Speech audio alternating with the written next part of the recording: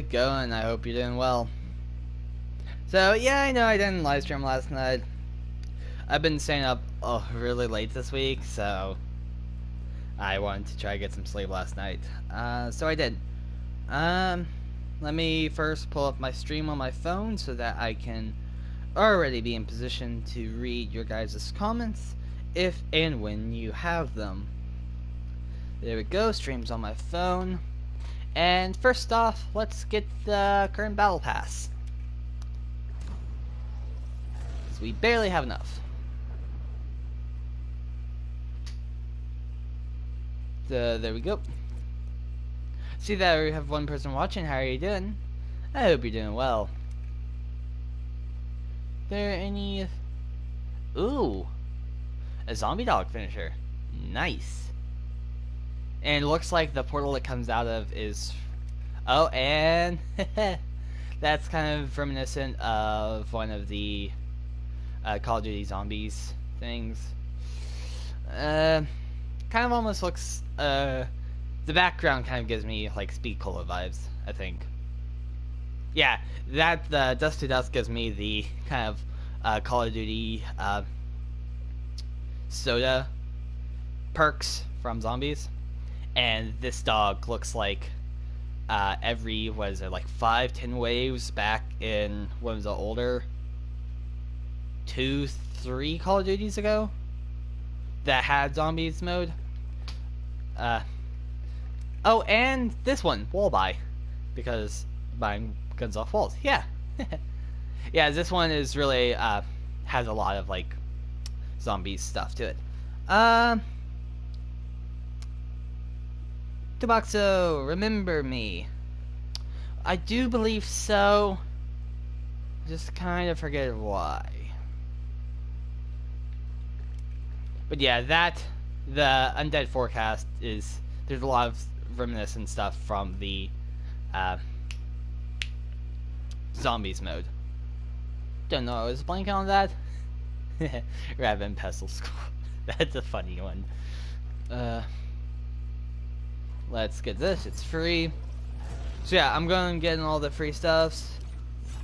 I met you in the last stream. Yes, I do. I think I remember that. The last stream I had was so long ago. At least it felt so long ago. Just checking off this stuff. Currently, I do not have a forecast on if I will have any people with me in stream. Miniegg has been... I haven't heard from Miniegg in a bit. And last I checked, Walker was playing Among Us with my friend's server. I only have it on my phone, so I can't stream it. Though, having said that, there is a game not coming out real soon. There's a game out that I am literally 2 seconds away from buying. No joke, I am literally like 2 seconds away from getting it. The only thing that's holding me back is that I do not have a Windows thing. So that means I have to get Windows, or what's it called? Windows Boot Camp on my Mac to run it. Which is Phasmophobia. Or Phasmophobia. I've always heard it with an A sound, but from like search it looks like it's an O. But I kind of say a mix of both Phasmophobia and Phasmophobia. But it looks awesome. I really want to play it. And so, also something that I noticed, some of this stuff is just different colored. The like purple border. That might just be a this season type of deal. Or maybe not, I don't know. But I've looked through the Battle Pass, there are some pretty promising looking ones. Especially one towards the end. This has dark tracer rounds, that looks awesome. Bro, you gonna die to the new sniper? Yeah, probably. I know that I haven't seen much. I've kind of taken a step back from some Call of Duty stuff. It's a marksman rifle. Where's the marksman? Yeah. Uh, literally everyone uses it. Yeah, I believe so. It seems like one of the new metas. I'm going to play some quick play. There's a 2x XP boost weekend, so I'm going to focus on the car and the EBR for now.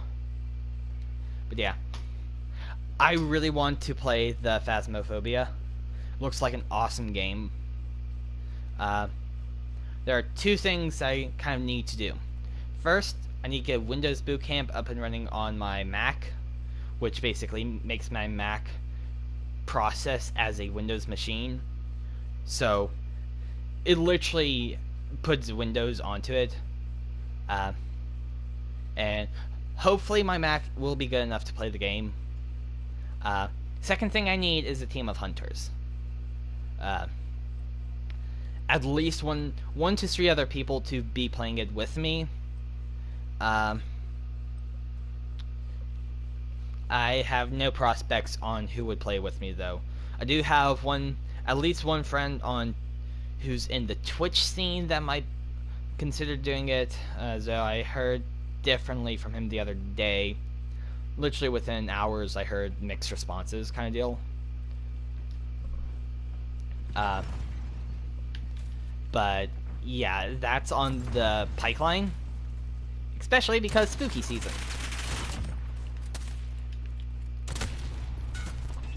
So, hoping to get Walker playing because he has a PC that should be able to process it. That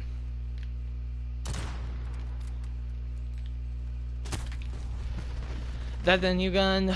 Yeah, it is. Okay, that's fine. I think one of my good friends also, I would say, is prospects would be high to get her to play. A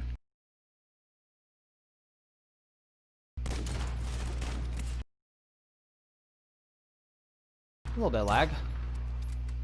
That should hit. Why did none of those hit? They seem like they all should have hit. At least 90% of those should have hit.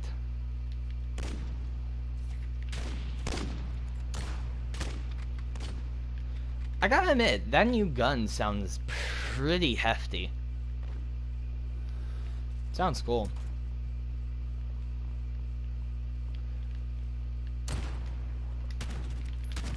I had to. That would have looked awesome if I could have done that, but I had to prime the bullet.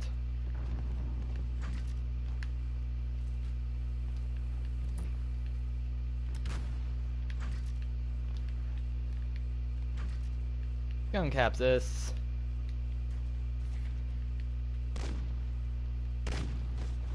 Ooh.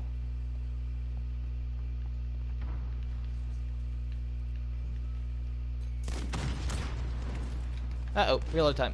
Ah! 3 people all around me. Gotta love it. But, yeah. I really need to talk with my friends and say, okay, here's what I'm gonna do.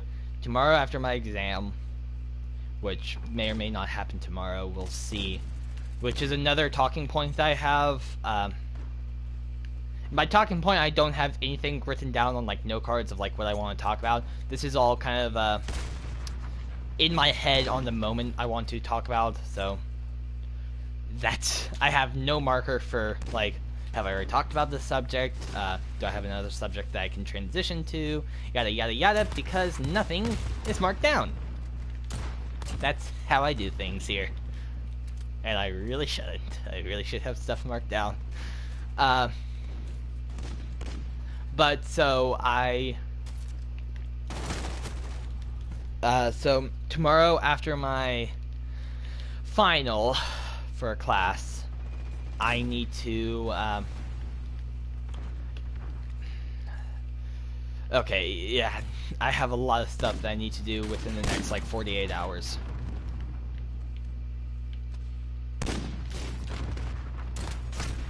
So yeah, it's gonna be a busy next 48 hours. I don't even want to try to process it right now.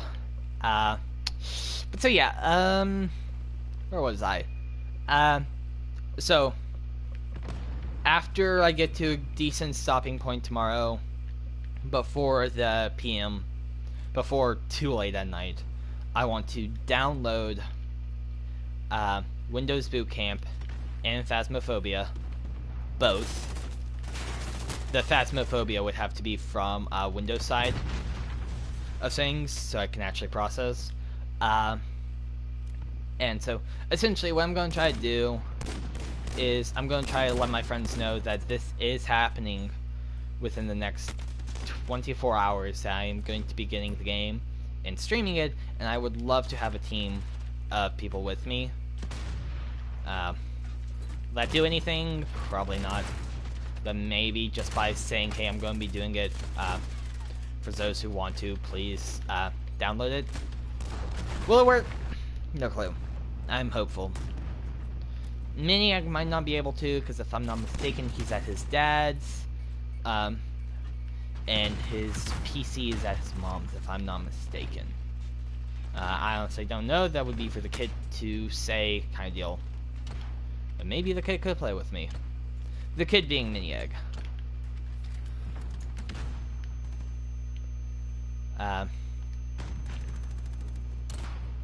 Nope, that's not life. But so yeah, I really want to play the game. If you have not seen Phasmophobia, it looks awesome. It kind of seems like, it's really been blowing up recently. Last night, or the other day when I looked at it, it had the second highest amount of views on Twitch. Like, literally above Minecraft and League of Legends, which is surprising, because League of Legends normally has a lot of viewers no matter what. But, yeah, it had, like, literally, it was the second highest. The only highest had about, like, 50 more, K than it, and that was just chatting. It literally had 2,000, plus, videos. Or 2,000, yeah. Maybe either 2,000 or 2,000K, I forget. But it had a lot of, you know, people watching it. And the game recently came out. So perfect in time for the kind of spooky Halloween season. That's kind of why I want to play it. Thematically, you know, season-based wise, it's like, oh, it's a Halloween season, it's a scary season time, scary spooky season, perfect for scary games. That's why I would want to play it. I've already done like a bit of research on it. And by a bit of research, I mean I have almost watched it non-stop. Today and yesterday, I actually watched a streamer play it. I found someone who played on YouTube, and I watched their streams of it.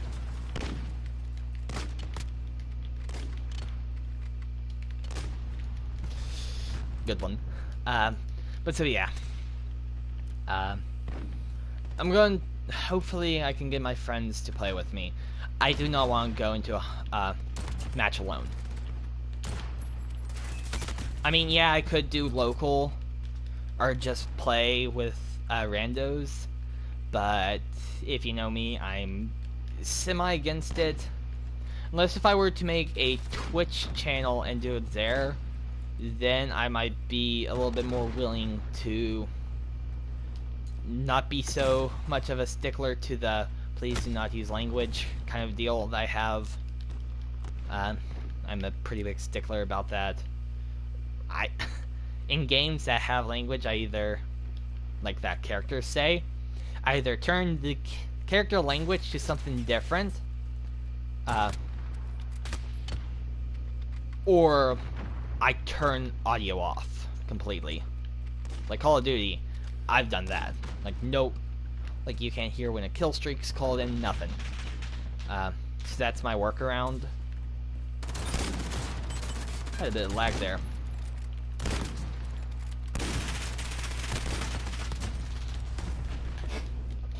Yeah, I'm experiencing a bit of lag. But it's fine. Whoa.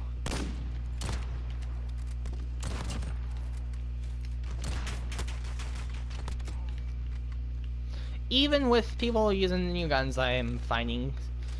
Okay, I'm underkilled. But the match is still young-ish. But so, yeah.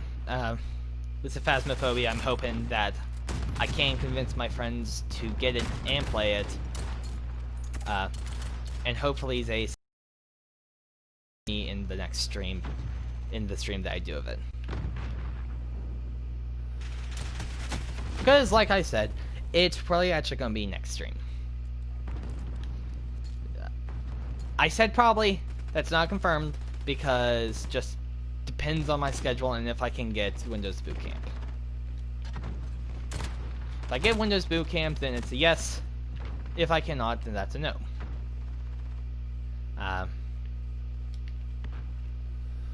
So yeah. That's the only deciding factor, is can I get Windows Boot Camp up and running for the next stream. As of right now, no clue. But so yeah. We lost this match, oh well. I mean, we did do decent. Or we didn't do half bad, I should say. I think I accidentally said we didn't do decent. We did do decent. Yeah, that's not as great as the KDR as I'd like, but it's fine. Playing multiplayer maps with a new gun as meta, and we're literally using base gun. Because I am on Reptile. Whoop-de-doo! But yeah, so guess on to the next thing I want to talk about. I have 3 exams within the next 50, no, that doesn't sound about right. 62 hours? That's 3 days? Because 24 is 1 day, 48 is 2, so 72 hours. That sounds about right. Yeah, in the next 72 hours, I have 3 exams. Among other stuff. Oh boy. So, I mean, technically, I could push everything back to the Sunday and Monday. But that's... I mean, I could do that and give... But that means that 2 of the exams, I'm really crunched on studying for. And yeah, I'm really stressed about it. Yeah. 2 midterms, 1 final. Yeah, it's already a midterm. I really don't know how I feel about either of my midterms. Because one midterm, I'm semi-confident in. Except for the fact that there is actually 2 essay questions.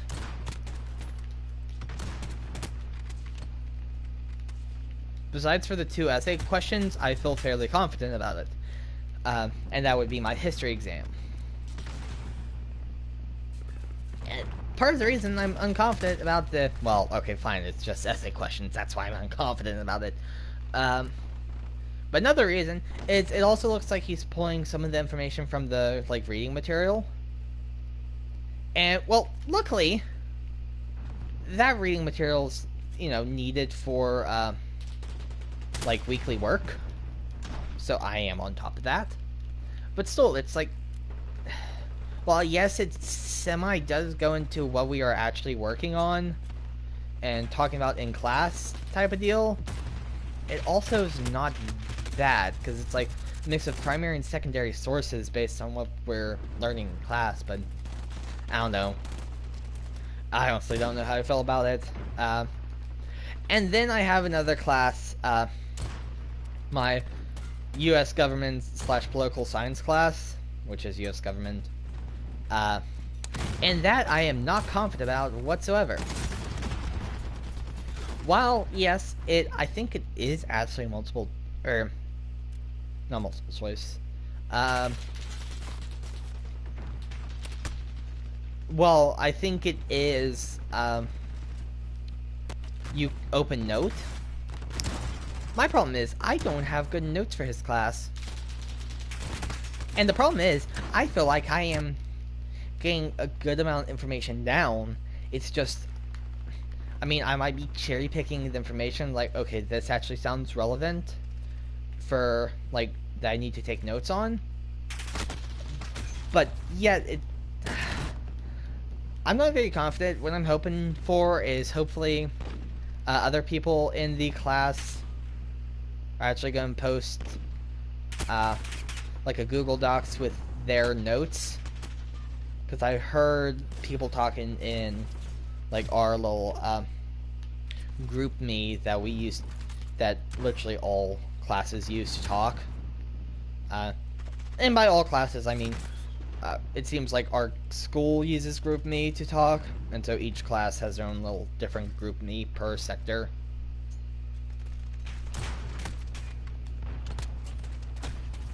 Got the dude in the back, just not the dude in the front. So hopefully someone will post something in the GroupMe sharing their notes. It also sounds like there's going to be some kind of they're getting together for some kind of study session deal. Some of them are, at least. While I should go to it, I probably won't, because I don't know when that is and all that stuff. But hopefully they'll like post their combined notes together in the GroupMe, and from there I hope that I can just essentially download their notes, print it off, and use them as my notes. Because I do not feel confident about the notes I have. And nor do I even know what kind of format he's having, my professor's having, which is a whole lot more stressful, because I do not know how it is and that kind of stuff. Like, for example, I know with my early U.S. history professor, his exam is majority of the questions are, sorry, I'm blanking. They're multiple choice with 2 essay questions. The majority of the total questions are going to be from the lectures, and the rest and the other questions are going to be from the reading. The problem is with my political science professors, I do not know that. I don't know short answer, multiple choice, whatnot, which is making it a whole lot worse. And yeah, so I don't feel good or confident about that, and it's, yeah, not fun.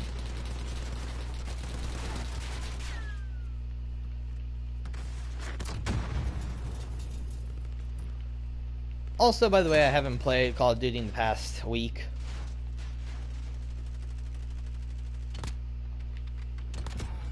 The last time I played was the last time you saw me stream it.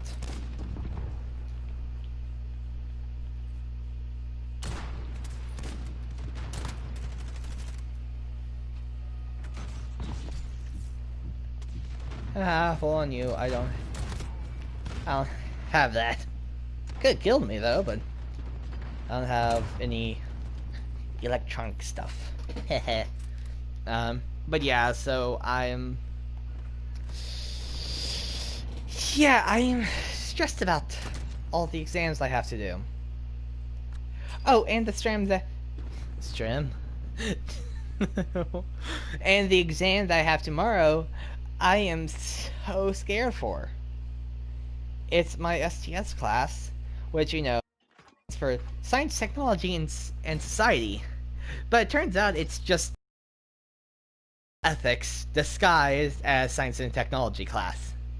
Literally, only 1 week was dedicated to other tech besides, like, medical tech.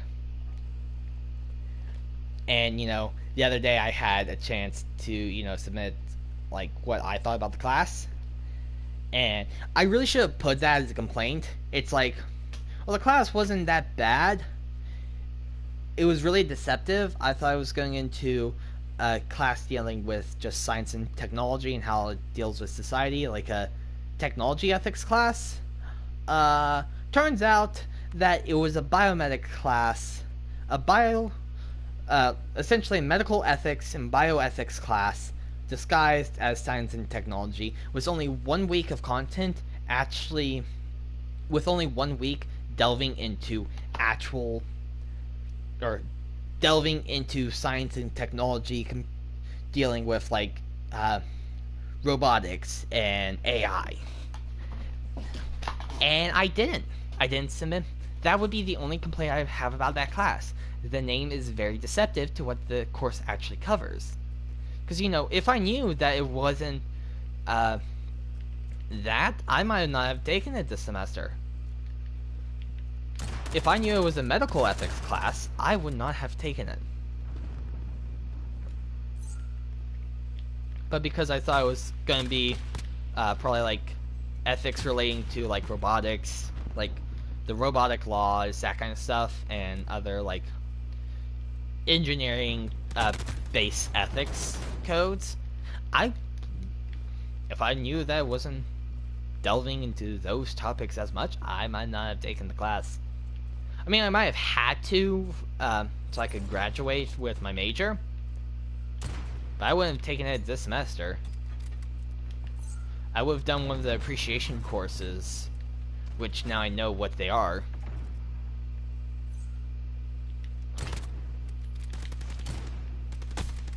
The appreciation classes would be the art in society, music in society, dance in society.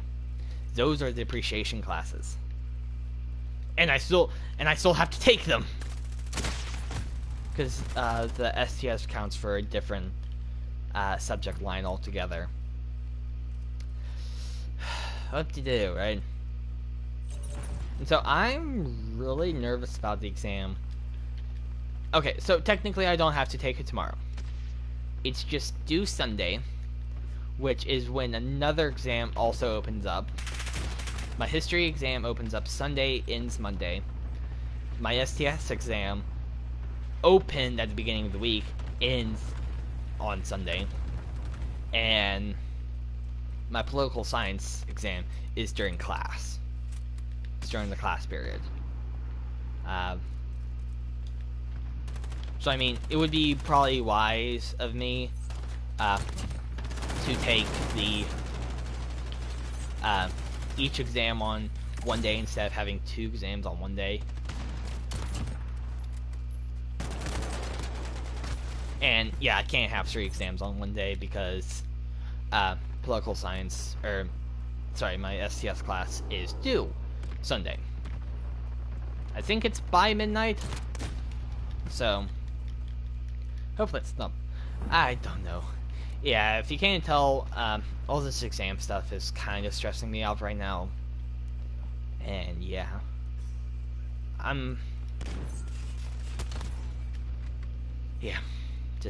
yeah.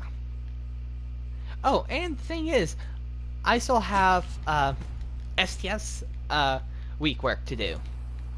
I have to do 3 100 plus word, I think 100 plus word comments or thingamabobbers, like I normally have to do, and I have to do a full page response to kind of what I learned this semester. And you know what all of that's gonna be? It's gonna be fluff. Literally, I'm gonna yeah. Because yes, while I did learn some stuff, it's like I'm just going to essentially bluff and add as much words as possible and just fill out the page. Ooh. So, besides for a header, what I might be able to do is actually use, like, a title. Add a title to it, which would take up a full line. And since it's only one page with 12 size font, double spaced, and like maybe Times New Roman, or maybe like another font size or font style, sorry, that might even be bigger than Times New Roman, but that's still like not like Comic Sans or anything, just like what like Calibri, which I think is what automatically on Word, what Word automatically opens up to, which is bigger than Times New Roman. So I might be able to do that.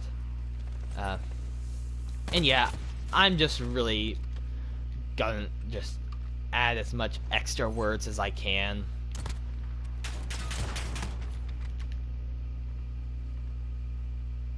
To it. Essentially, the more words I can add, the better. So hey, I mean, it's time to be a clock. It's time to become a broken clock, am I right? Or no, sorry, a broken record, not a broken clock. Broken clocks right twice a day. I'm never right. Especially when it comes to school. Eh. But yeah, so that's kind of my, so yeah, I'm stressed about that kind of stuff right now. It's just so much stuff is due in the next 48 hours. And the fact I still have to study for 3 different exams all at once. One of the problems I have with my STS exam is I don't know the format it's going to be in and the style. So for example, I hit a steel wire. That's frustrating. Or a crane support. Probably the crane. Oh well. But so the problem I have with it is I don't know what style it's going to be at. So like, is it going to be fill in the blank, short answer, fill in the blank / short answer? I'm going to call the same, because what I'm essentially saying is either I have to write the entire definition, or I'm going to have to add parts of the definition in, stuff like that, or like, I don't know if it's going to be multiple choice. I mean, one that I would hope it would be is matching, because there's like 70 plus terms, and if I can match, today when I was doing my study, I only had 4 mixed up. And so if I could do if it was matching, then that means I could actually get some of it right. Not too bad. Did that drop shorter? I don't know. So, yeah. All of that's just coming up, and it's just all so soon. And yeah, it is pretty stressing me out. A decent bit. And the thing is, I need to make sure I get... I don't know what I need to keep kind of the one scholarship that I have. If I need to keep that, plus kind of other expectations put upon me, I need to make sure I keep a 3.0 GPA total, so that means like... Yeah, just a lot of stress right now, especially with my 2 midterms and my final exam term, or termination exam. Just all this stuff coming right on top of each other. Yeah, kind of stressing me out. I hit him through the wall.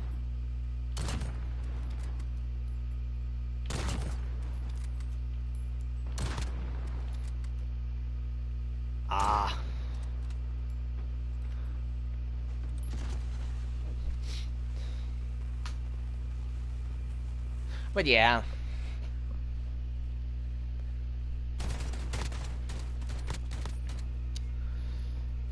Just a lot of stuff on my plate right now. And I hate to say it, but I'm probably not going to... I know I need to, but probably after my stream, I'm going to stay up late again and do more work.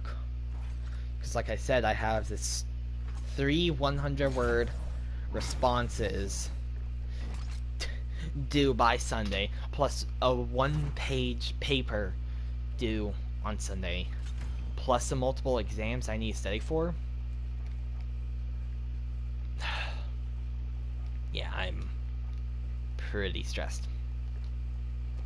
And so, besides for like one night where the only reason why I stayed up late or couldn't fall asleep at night is because I was on my phone, that only happened one night.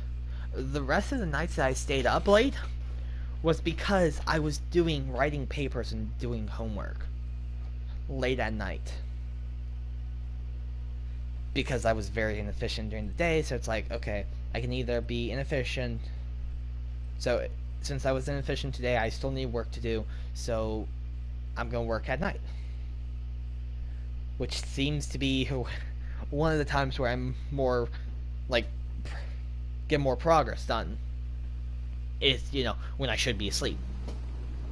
So, like, during the day, I procrastinate doing my work by either... Sometimes I take naps, sometimes I just watch videos or TikToks or whatever. And then during night, I procrastinate going to sleep by doing work or watching videos or whatever. So really, just all of me is just one giant bundle of procrastination. If I'm not procrastinating during the day doing my work, I'm procrastinating at night going to sleep by doing work or other.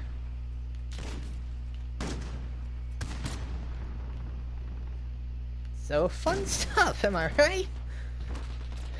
Right? Someone tell me I'm right.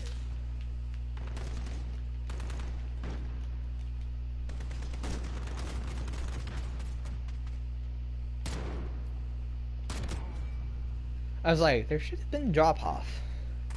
There's no drop-off. Oh, lower down. Yeah. Oh, and the doorway, nice. But so...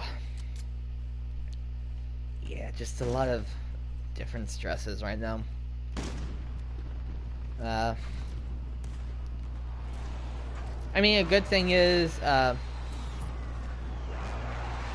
after the next weekend, my sister's actually coming home. And I think a week or two after that, I don't know if it's that much of a good thing or not, but I'm actually going to be going to my grandparents' house. Downside is I'm going to have to do a lot of like moving work, because they're still trying to move out my great-grandmother's house. And by there, I mean my dad and I are going to be moving the stuff out. I mean, a lot of it is heavy stuff, and they are older, so, you know, it's not advised for them to be moving out. But, so, it's not going to be like I can just sit and relax and kind of hang out with my cousins and stuff. I'm going to be moving stuff around, moving furniture. Really, the only reason why I want to go is because I need a haircut. And I really only like to get my hair cut. I found this one barber where they live, and I like getting my hair cut by her, so that's the only place that I'll have my hair cut. So, but I mean, hey, it's also a reason to see family, right? I need a haircut, so why not see family? I want to go see family, hey, why not get a haircut, right?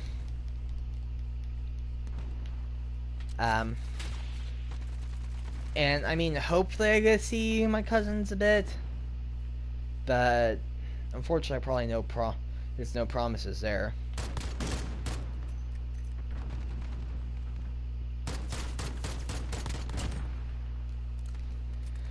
Which is unfortunate. So hopefully I can see them. Either side of my family, cousins. So we'll see. We'll see.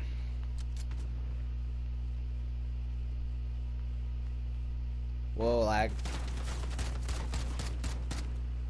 Something else I need to check on is when my next calculus test is. Because I need to get a better grade in calculus. I mean, there's also something to say about, you know, your first test or quiz is going to be the hardest kind of deal, so. I mean, this stuff doesn't sound, the stuff I'm doing doesn't seem too hard, he says. It's only like chain rule and stuff dealing with multiplying, adding, subtracting together, you know, differentials, differentiating using chain rule and that kind of stuff. Yeah, it's not that hard, he says. Part with a joking attitude, part actually being serious about it's not that hard. At least he's hoping it's not that hard.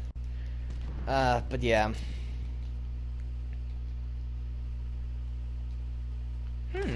By how I'm talking about it, one would think I was stressed.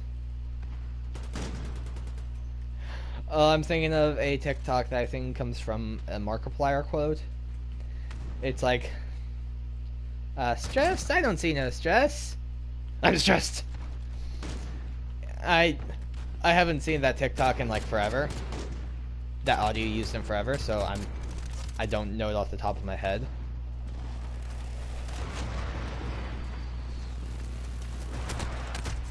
So yeah, I don't know off the top of my head right now. I mean, that's not accurate. No, not whatsoever, right? Right, that's not accurate at all. No, no, no. Pish posh. That's just pure tomfoolery.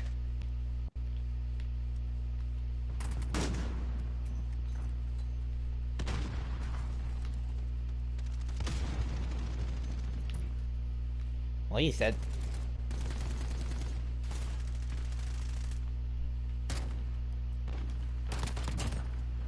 He's dead.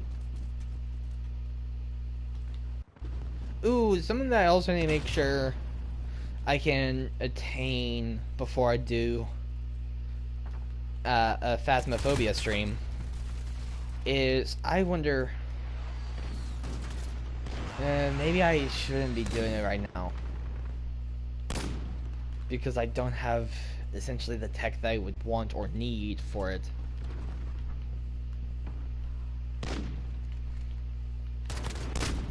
Oh, come on!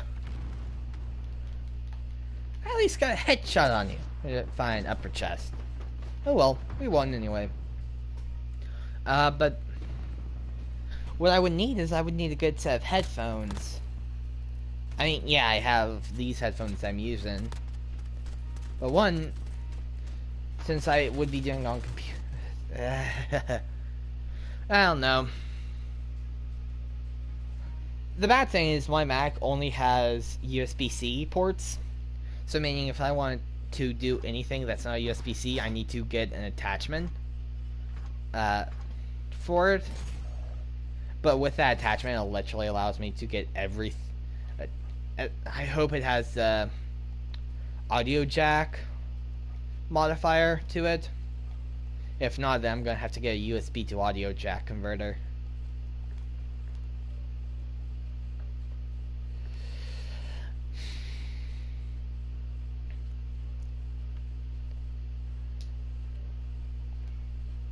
So yeah, I'm not.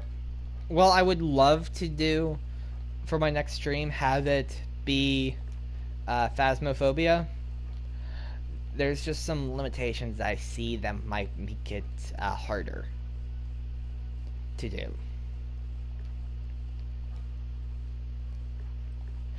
Also, Phasmophobia actually has VR support. No, I do not have any form of VR. No. But it does have VR support. But it doesn't have Mac support. Bummer.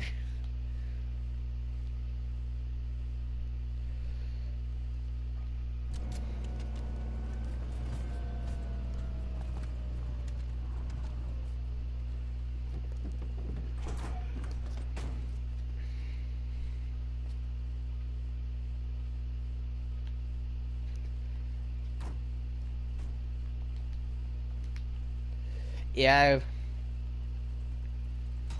after this match, I'll see if I can get a friend on, hopefully.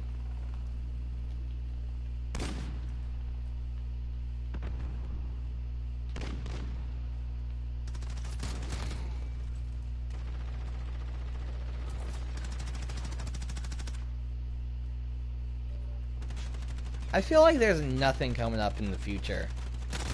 Like, nothing that I'm excited about coming up.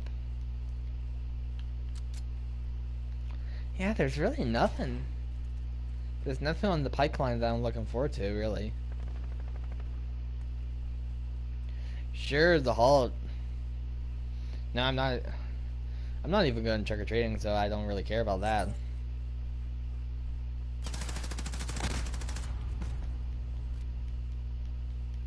So, yeah, there's really nothing on the pipeline, really.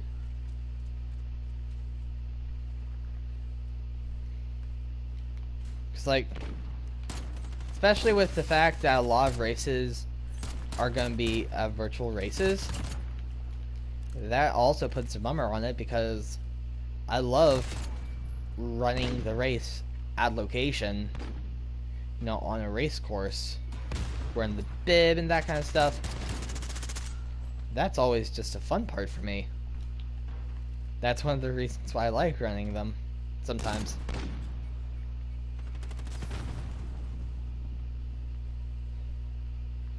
And like, I think the Thanksgiving 10K that's at my grandparents' house, I haven't seen on any sites, so I don't even think that's happening. Which is a bummer, because that's a fun one. I mean, it's only 10K, well, 5 and 10K variant. I don't get a medal from it, but it's a good, not terrible course, and it was one of my first longer distance courses, and so that's why I like it.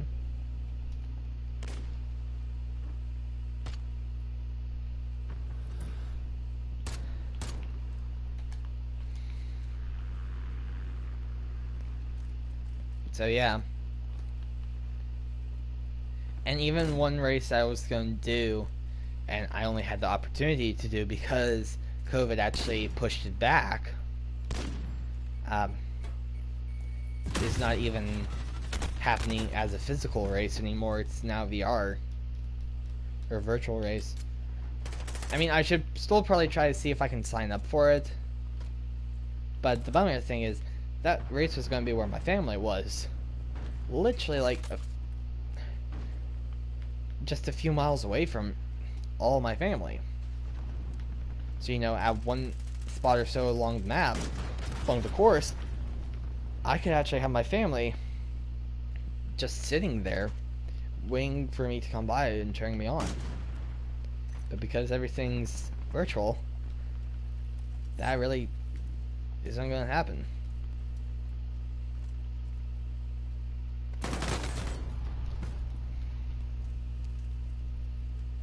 Oh, that's the light tracers. Cool. But yeah, like, I'm not gonna do. I don't even know. One, I don't even know if Halloween's gonna be a thing this year. Thank you, COVID. And if it was, I wasn't even planning on doing it. I was planning on sitting home, probably streaming, but still just like sitting home. Yeah.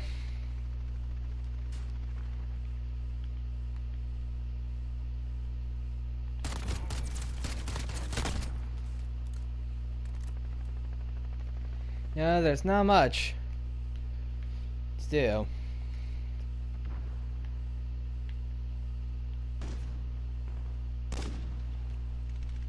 I mean, there's one thing that I have to be doing, but you know, it's not the most what one would describe as fun unless you're really into it. I do have to be training. That's the only thing that I have going for me that I have to do. I've already mentioned it once on a previous stream, I forget when. And that's probably all that I'm going to mention of it.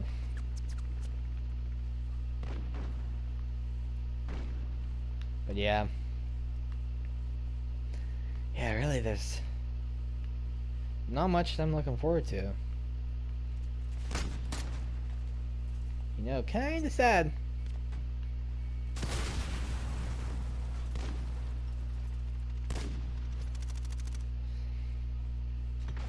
So I like looking forward to stuff. You know, it helps progress time, essentially, you know. Because instead of just an endless slog, like, okay, I just have to... It's like, instead of just saying, okay, I have to make it to the weekend. No, now you actually, with something that you're looking forward to, it's like, okay, I just have to hold out, and then this happens. And I can't wait for this to happen. Yeah, that's... Thank you, COVID. That doesn't exist anymore. Thank you.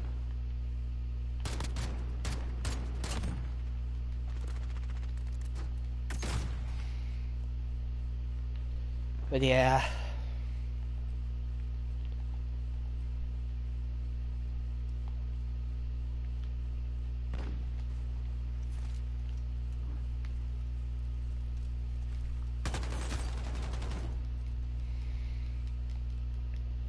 You know, not much on the pipeline, essentially.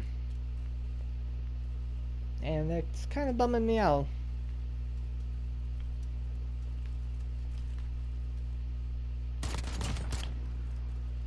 I mean, hey, one good thing is I can be trading for someone, right?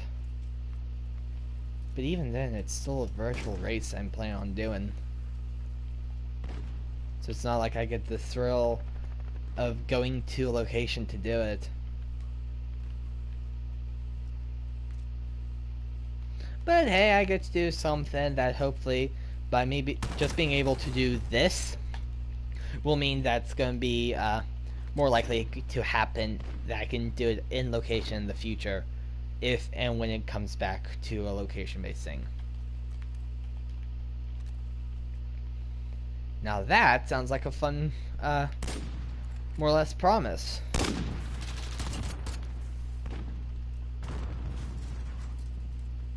You're back in the corner, aren't you? Yeah.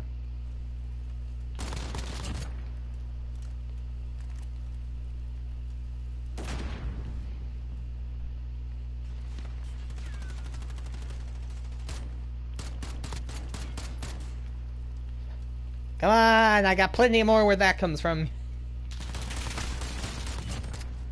And I still have bullets to spare.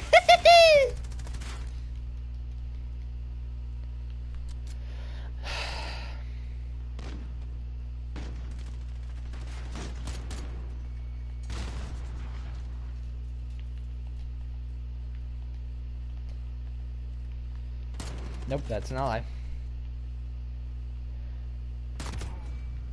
Headshot.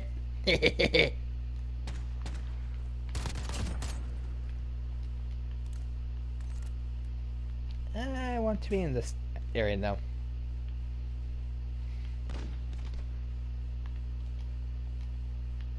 Ooh, someone's gonna be a background here.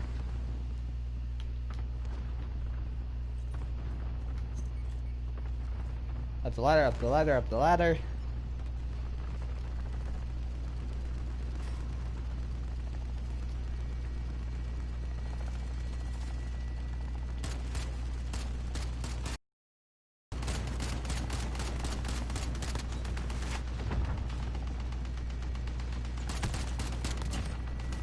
With the final bullet, I kill thee.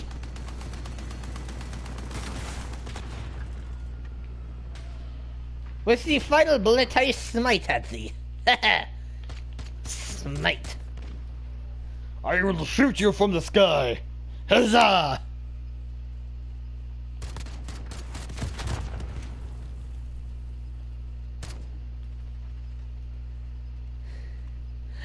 Oh, two can play this game. Or you stay out of it. It was just me and your pal in the window. Let me up. Oh, come on! Oh boy. Well, we stole one. That's a good thing.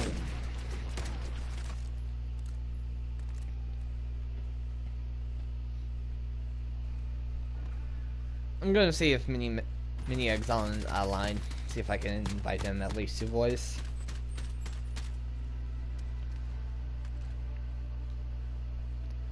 I mean, hey, we did decent. 13-10, that's pretty good.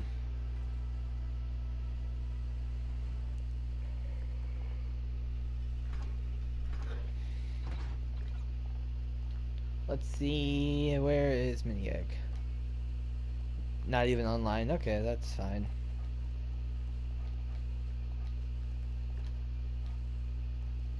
Bummer, but it's what it is, right?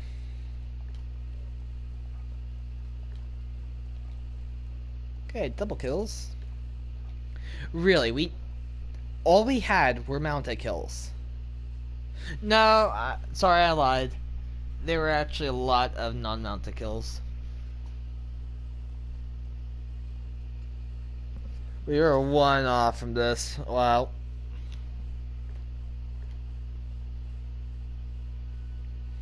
Which one is it for this one? 8. Okay.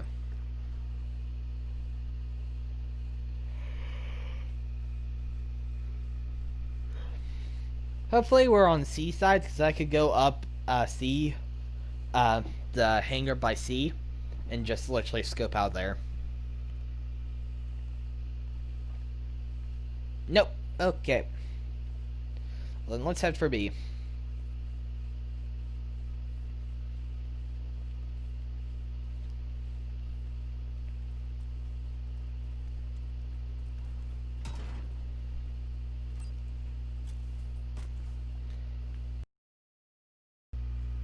That's what you call terrible lag.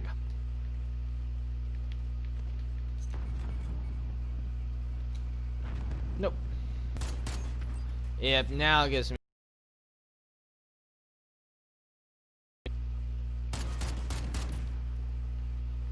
Let's rotate around over to this side.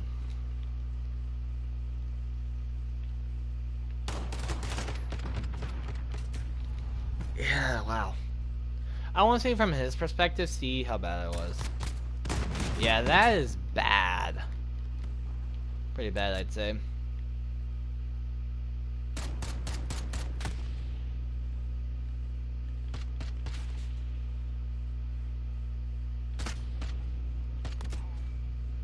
There we should go.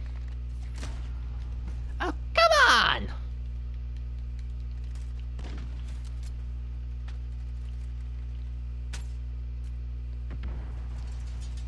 Someone's gonna be up here, right?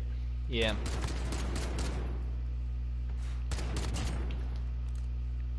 Nope. Not anymore. Hello, I see that I have 2 people watching. How are you guys doing? I hope you're doing well. I am experiencing some lag on my end, so sorry about that. Okay. I should have at least hit one of those shots. That seemed like it was on crosshair. I guess not.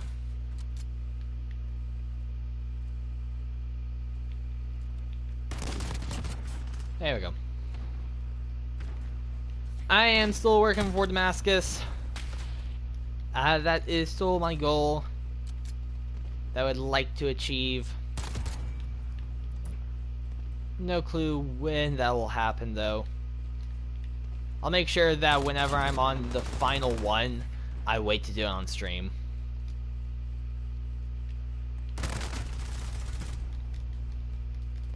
I'll make sure that I at least save it for stream.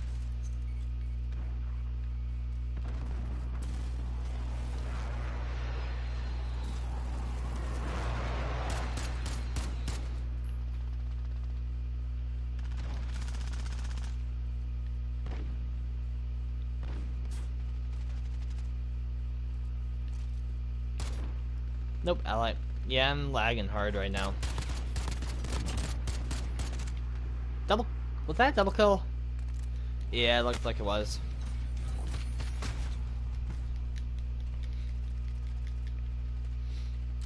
No one's actively capping C, so that's fine for now. Well, there was the person trying to cap it. Wow, that lag though.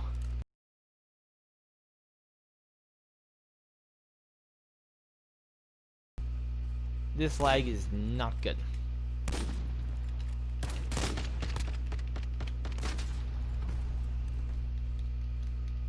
Let me just get up here.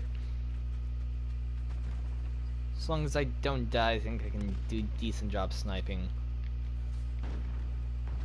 I can't mount up over here. Which is a downside, because I need to get mounted kills. But, I mean, a kill's a kill.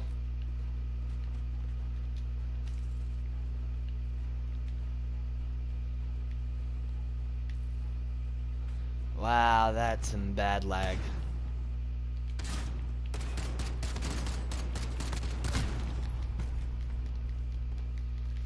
And you could probably chalk that up for me moving too fast.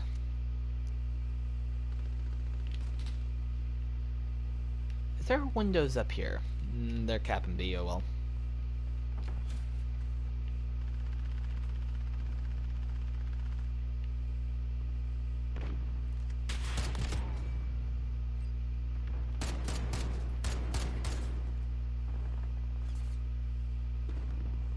Oh nice, I can see all the way to the backside over there. Okay. Oh, oh. And back.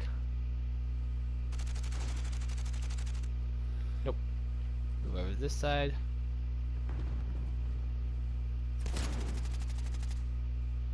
That seemed a bit higher than it should have been.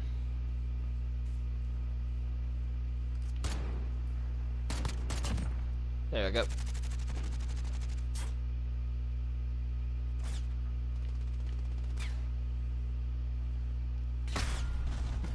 Oh, all the way by the dumpsters, right?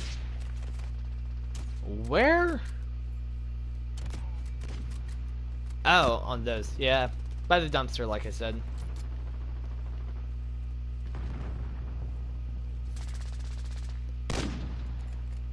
Okay, I'm going up here.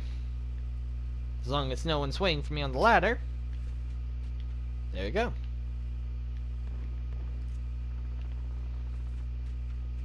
Maybe this optic is a little bit too aggressive.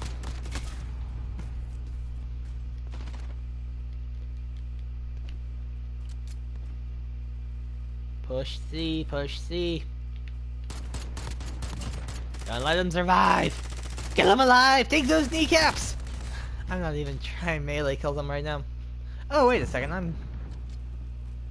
I was in a Discord voice party and I never left. Whoops. Funny. Luckily my mic wasn't on. No, my mic was on, so if someone joined, they probably would have heard the rambling of a madman. Or as I like to call, my streams! Satire. Is that even I don't know anymore.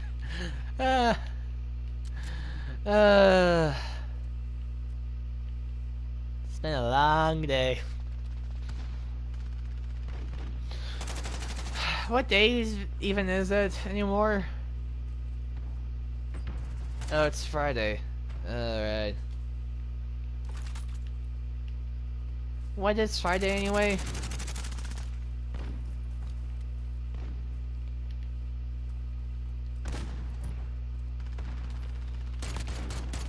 I mean, hey, there's one channel that I watch that only posts videos on Sunday. So hey, I know when Sundays are.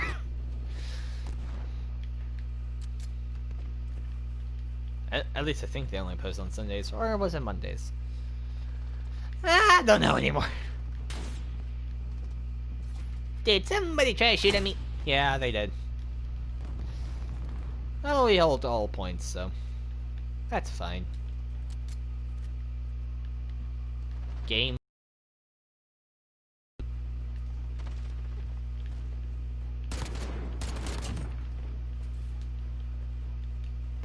Seems to me like the most effective way that I can do it is just burst fire of twos. Actually, that was about 3-4 shots. So really, just clean a magazine into them. That's the most effective I found. Just empty everything.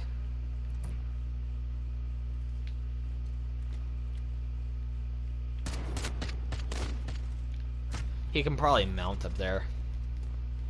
I should have checked. Oh well. I'm gonna kill him! I want to mount myself. I cannot mount here. So, I can mount here. Too late! Ah, I wish I got a kill. That would have been hilarious.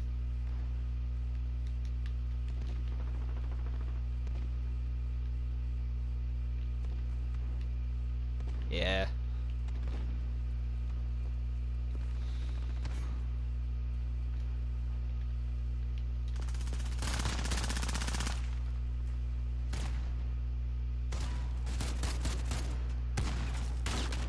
Behind us.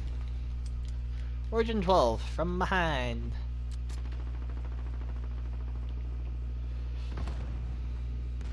I mean, hey, I think a good thing about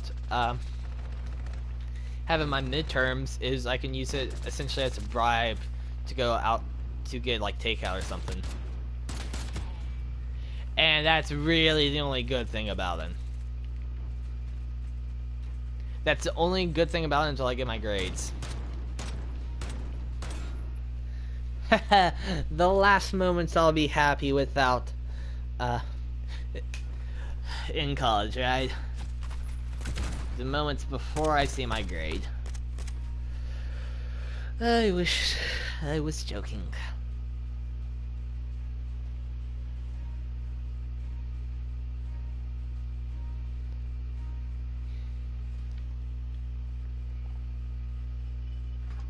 Oh wow, full level from that.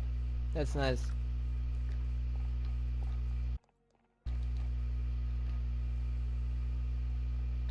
We currently don't have a barrel on. Might want to do that. Looks like, wow, we almost got... Almost, not quite. One of every single category we have open.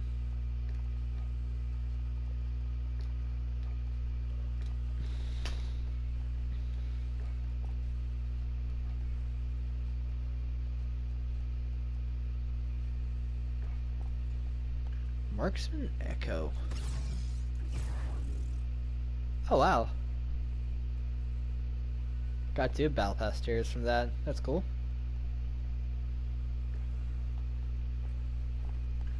What is Marksman Echo? I have a marksman right here. Echo is SKS. Okay. Meh. How close are we to leveling up this gun to the next 3 levels? That is fine by me.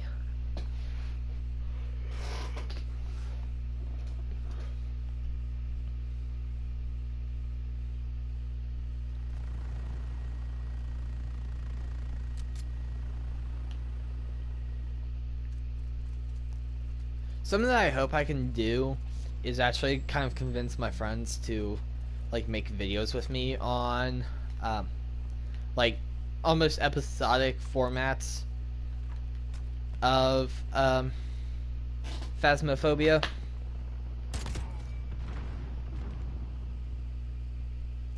I think that would be fun.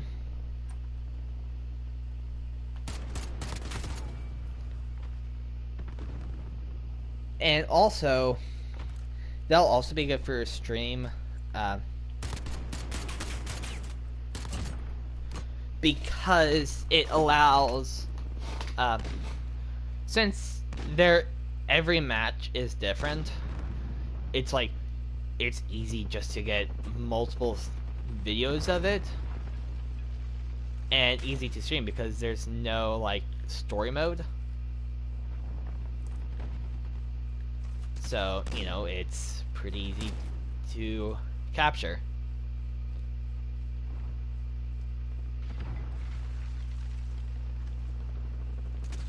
I have too many allies over there.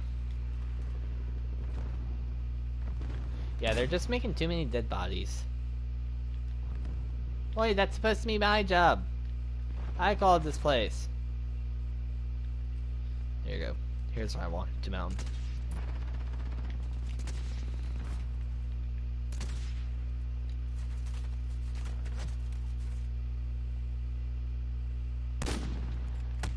Ah, I should have been in the window. And also, I think like I've mentioned, it is actually growing in, you know, viewers.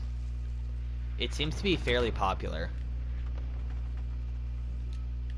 Phasmophobia, I mean, it seems to be really popular right now. I mean, it's still relatively new, but it's also, like, pretty popular, at least on Twitch. And yeah, I am considering trying to do some stuff on Twitch. And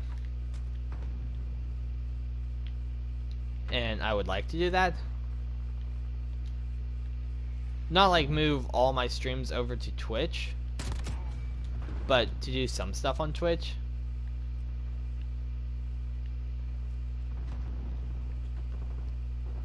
I mean, there might be a way that I can broadcast on Twitch and YouTube at the same time. And you figure all that stuff out. Especially if I'm going to be, you know, hopefully streaming Phasmophobia tomorrow. You know, I probably should have everything figured out.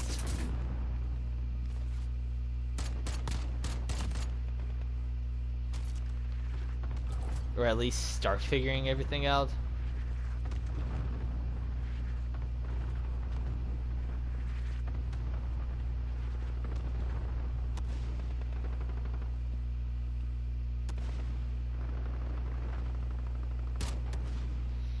And also, one reason why I really want, like, my friends to play with me is because I feel like I could be, you know, a scaredy cat when it comes to that kind of stuff. And so having my friends there might be able to help push me to not just be Van Man and actually go into the house. And I mean, what I would recommend for my group is at least have one van person and everyone else go into the house. Because the van person can only find so many clues. Really, the only 2 clues he can really be good for is finding ghost writing and spirit orbs. The rest you have to be in person. Spirit box, you have to be there.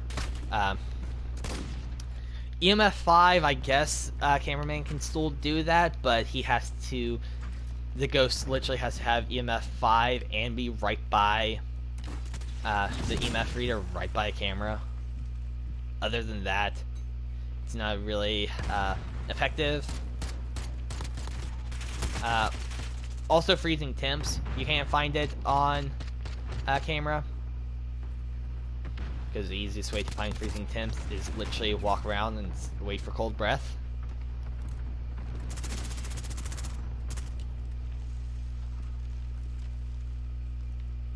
That's literally like one of the best ways to find freezing temperatures, is wait for your breath to go cold.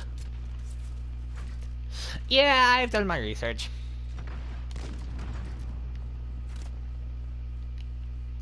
But I mean, hey, cameraman is good for spirit orbs.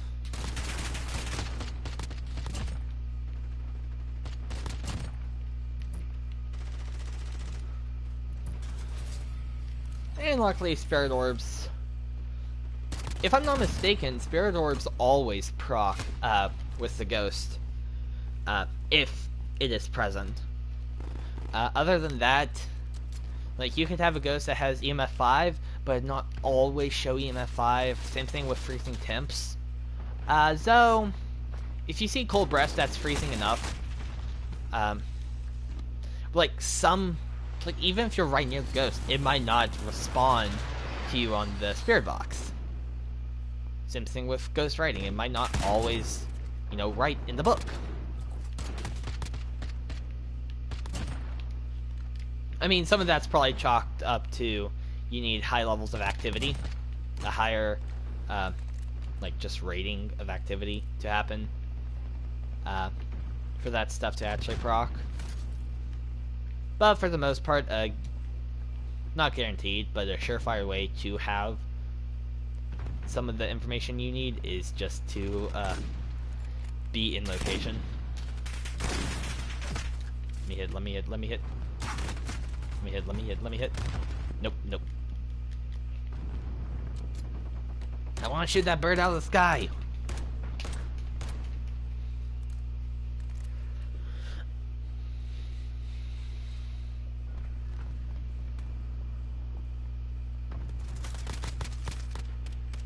But yeah, so for one of the people I was watching, towards the end, I wasn't so much watching as listening towards the end, because I was also doing some study prep, or study practice, by using matching.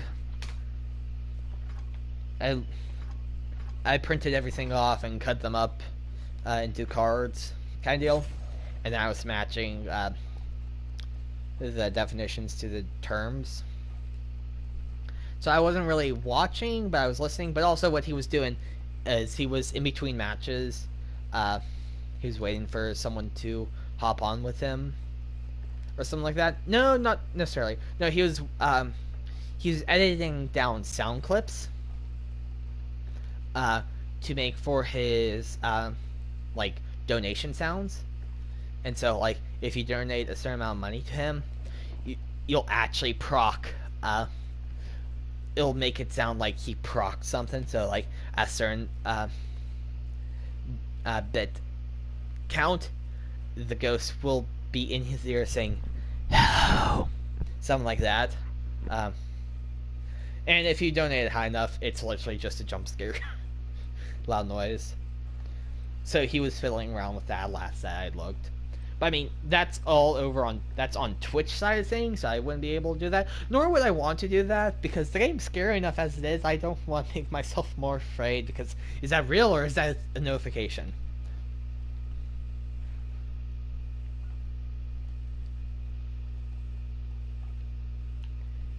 And I would rather not put myself through that kind of scaredness stuff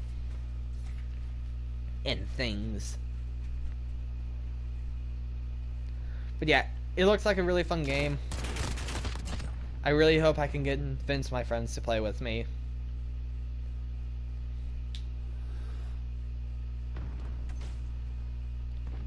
I think they might want to rush up top here in a second. And something that I've advised to them when I was talking to them, or well, I was just chatting in my own little subsection of my friend's server that I'm in.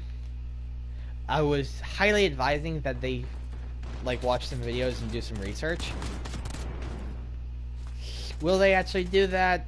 I hope so. But I mean, in my thinking, it is a semi-hard game and it's semi-scary, so I'd advise doing research beforehand, just so that you're not in the haunted house trying to figure out, okay, what am I looking for? What will this sign be similar to? And, just do basic, research. what happens when my light starts flickering? How do I, survive the hunt? Which that's what happens when your light starts flickering. The ghost literally goes on a murder rampage, and it's pacified once it gets one kill. But once it, how do I survive it hunting? How do I not become its victim? That's not something that you want to figure out during the moment. You kind of want to have that, already in mind. Because if not, then, bye-bye. Am I right? So, I hope that they'll take my advice, but, the last time I've tried to advise people to do that, they didn't. And we see where that went. So, luckily it's only like $13, $14 on Steam, so it's not that, quote unquote, not that much money. Don't get me wrong, that's still a decent amount of cash that you have to use, but it's not something like, playing Call of Duty, paying for Call of Duty. So, one can only hope, right? One can only hope they'll take my advice and listen to me. But other than that, I'm not too hopeful. Because if you think about it as a track record, I've had a really bad track record with, people listening to my advice about looking up a game before they play it. Really bad track record. 0 for 2. And maybe there could be a thing like, if I actually do it, maybe people will watch it. Like, if I do a guide video, maybe they'd watch it. But still, even then. I haven't done a guide video for Hunt Showdown, so I can't say, 0 for 2 still, but yeah, I probably lost those two people, Walker and Miniac, they'll probably never play the game again, so that's a bummer. Also from the one person that I'm watching, it sounds like he did play it, but he's going to take a break from it because from what he says, how Hunt's doing it is they're doing nickel and dime patch updates. Basically, they fixed the game his words, not mine. They fixed the game just enough to satisfy their people, and they say that they want to increase stuff, do more stuff, essentially make new stuff, essentially. But once they satisfy the audience from outrage, oh, this is so broken, once people stop complaining about that, then they stop, push out more DLC type stuff until people complain again, and then what he says, nickel and dime updates. Basically, until people complain, they don't really do much in the way of fixing or doing much, according to him. And I don't know. Really, yeah, I haven't touched the game in a bit either, but I understand what he's saying. Okay, so this was buggy, they only fixed it just enough so people would stop, or this was overpowered, so they try to fix it, but not really. But yeah, I can see his complaints.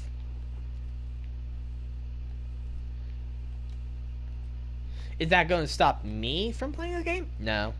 Right now I'm just kind of on a little bit of Call of Duty grind. I haven't played at all this week because I've been working on school.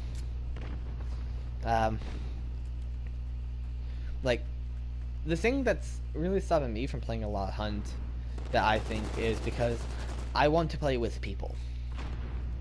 And none of my people want to play with me.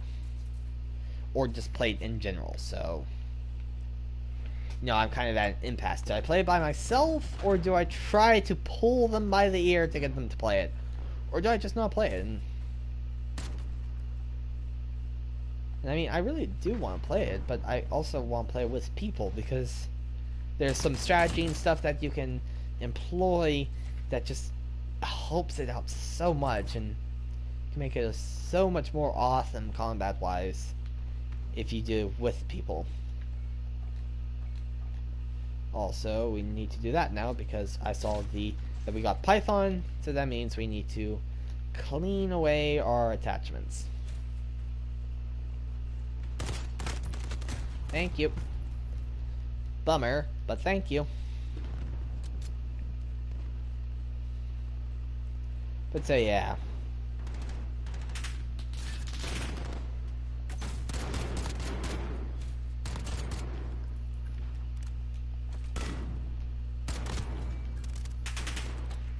What's the final bullets too? Okay, yeah, without the like recoil based mod, it has some ouch recoil.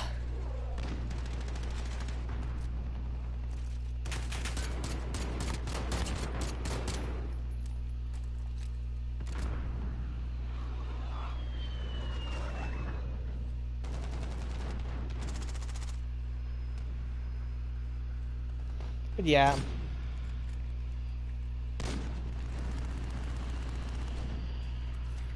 I mean, I hope that I can convince some people to play it. And also, since I can't play on consoles, that means I'm going to have to play it on PC. And I have a lot more friends who actually have some form of PC than I do friends with consoles, meaning it's more likely that I can find 3 other people to play with me on PC, or just find like 3 other people to play with me because it's on PC and a lot of people have a PC platform to play on. So I mean, I'm hopeful.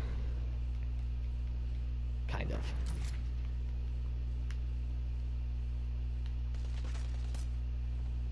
And yeah, I'm not going to try to guilt trip anyone into playing because I think, well, I think that could be a technique that I could use, and I could possibly have a few people I could actually guilt trip into playing it. Yeah, that's not a really good way of doing that. You know, if they want to play it, they will. I shouldn't force them to play something.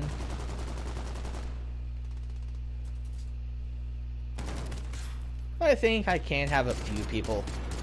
I do have a few people that would be willing to play it with me.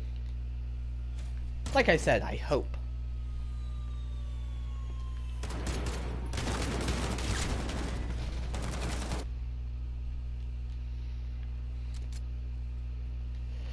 I hope I have some people to play with me.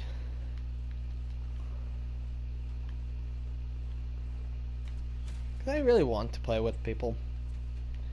Both Hunt Showdown, but primarily right now, Phasmophobia.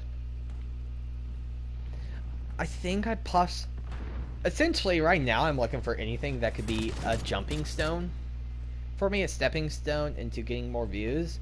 And right now it seems pretty popular, at least on Twitch wise. And so, you know, essentially you put your bait where the fish are, or you cast your line where the fish are. So and by fish, I mean views, and by casting my line, I mean making content. So, you know, if people are watching this game, you try to follow it. Essentially, you stay on top of trends, and that means that you are more likely to have people come to your channel. And, I mean, also with this game, it's really new. And so it's still really new, so that means that's not like a niche audience yet. While you'll still have people wanting to see it from their favorite creators, they'll be most likely more willing to branch out to other creators because, you know, their creators might only post 1 video a day. And so, like, for me on my channel feed of the people that I'm actually subscribed to, no one's played it yet. Um, the only there are 2 people on my channel's feed that I think would actually play it. The rest kind of stick to their own little, maybe 3. The rest on my channel's feed kind of stick to one game or one series kind of deal. The others actually branch out to different games. I mean, maybe the game series might do it on GT Live, right? Or they might do it on, they might do a theory about it. But other than that, it's like, I'm following a few, just like Minecraft YouTubers that I actually watch, so, you know, they stay to Minecraft kind of deal. So, probably won't be seeing, Phasmophobia from them for anytime soon. Kind of deal, you know? But there are 2 people who might branch out to that. I don't know. But so like right now, I forget the name of one, but like one person that I'm watching on YouTube that I actually watch on Twitch now, because I saw their YouTube videos, I decided to check Twitch, and that's where I saw that literally had 2,000, or was it 200,000? I forget. Maybe 200,000 watchers on Twitch. And so I decided to watch him. And Dusk the Viking is his name. Really good channel, from what I've seen. I mean, yeah, I'm just watching him now with Phasmophobia and watching his streams of Phasmophobia, but, you know, from what I've seen, it's a decent channel, and it's like him and one other person in my 1 to 2 other people am I actively watching to find Phasmophobia content.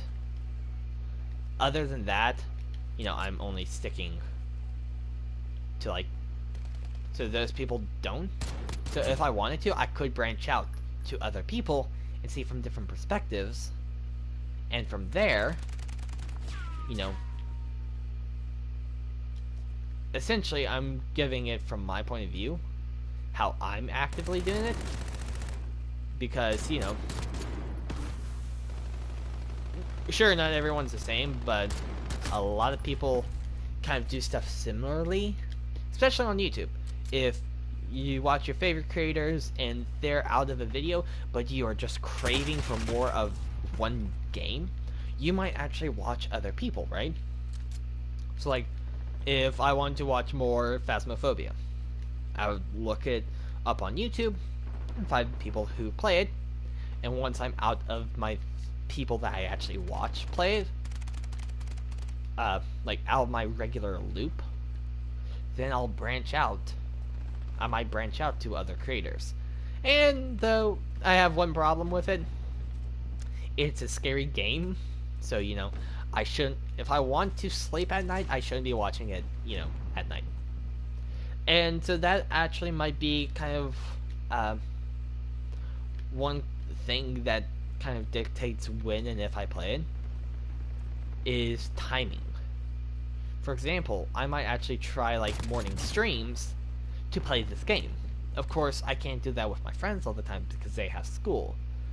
But what I'm just, maybe I could do a post like late afternoon stream on PC, and then towards evening dusk time we like either take a stream break, or they take a break, go eat their dinner, and come back, and I can play either a single player based game or something else, and then after that we switch gears to doing a different game altogether that's not a horror game, or at least not a scary game.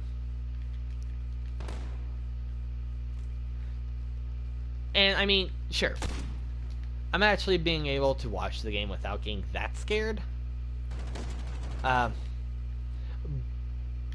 that's because I'm a third person watching. From a third person perspective, if it's a video, what's happened has happened, I can't change the events, but it's a whole different story when it's in the moment. And I mean, not live streams, because, you know, I'm not playing it. Well, yeah, I can get creeped out with the streamer, it's like I'm not, you know, it's not happening to me, so I'm not that scared. So, meaning, you know, it might be a whole different story when I get my hands on the game and it's in my headset and I can hear the ghost stepping using like a good three-dimensional sound design.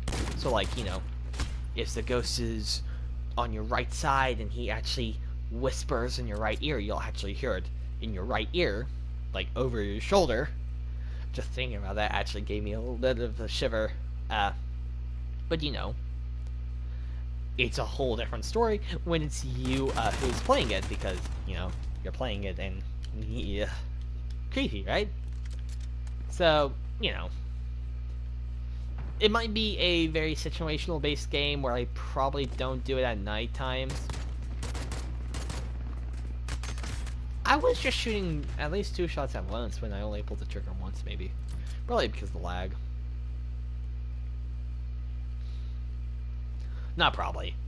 But not most likely. It is because of the lag.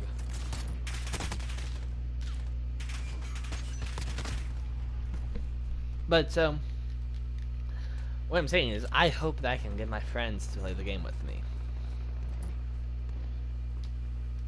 If not, then I'm gonna have to find some other people to play with. Like, for example, maybe I could convince, like, Dusk the Viking, or someone like another bigger streamer to play with me.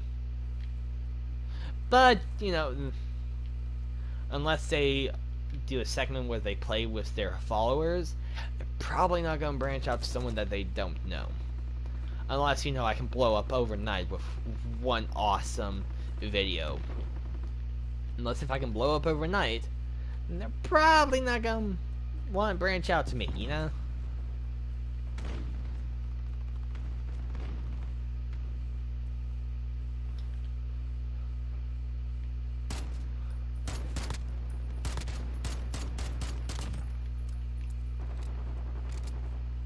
Something that I really need to try to figure out, that I really should try to do, is get or build a PC, like a desktop. I really should do that.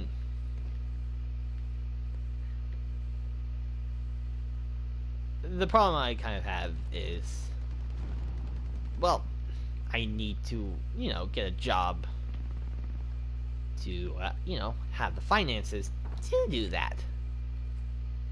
Like, right now, I might have enough cash in my wallet to possibly get a small setup, but, you know, right now, I'm in college. That's probably, besides for, like, money for my grandparents,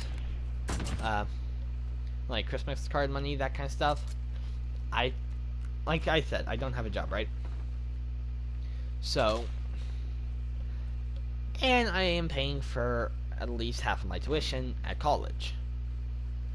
Luckily, you know, I have, I'm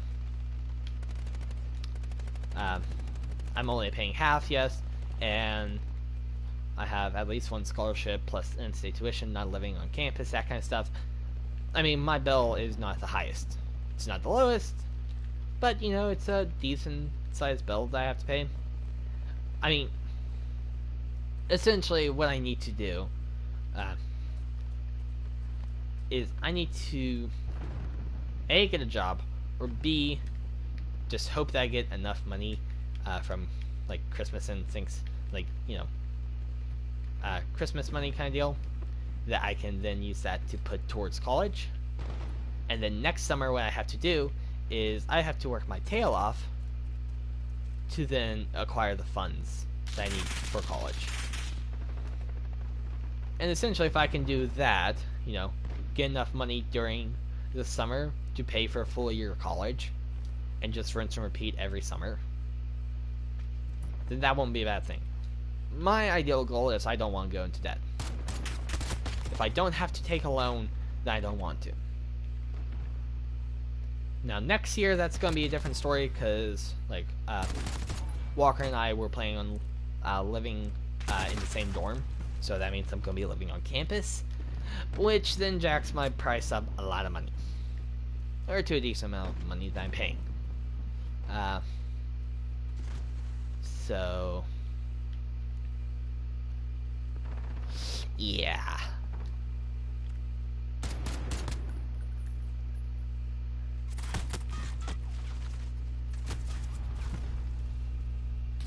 Okay, fine. But so you know what I mean. If I don't have to, I don't want to take a loan. Because the loan is pretty much the slower it takes you to pay it off, the more money you actually end up owing. Which is how loans work. And if I don't have to, I don't want to, like I've already said. So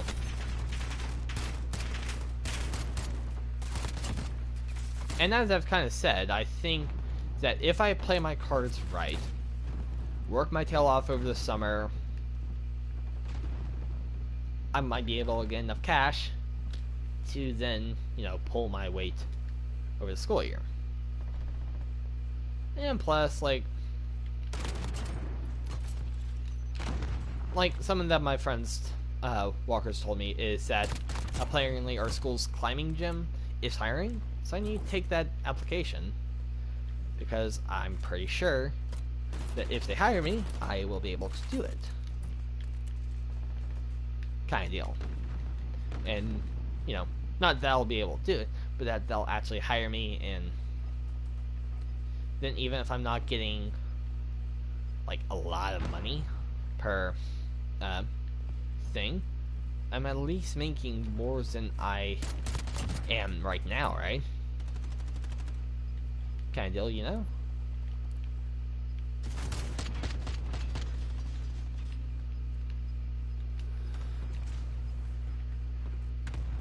Ah, how close. 1 point off. That's a bummer.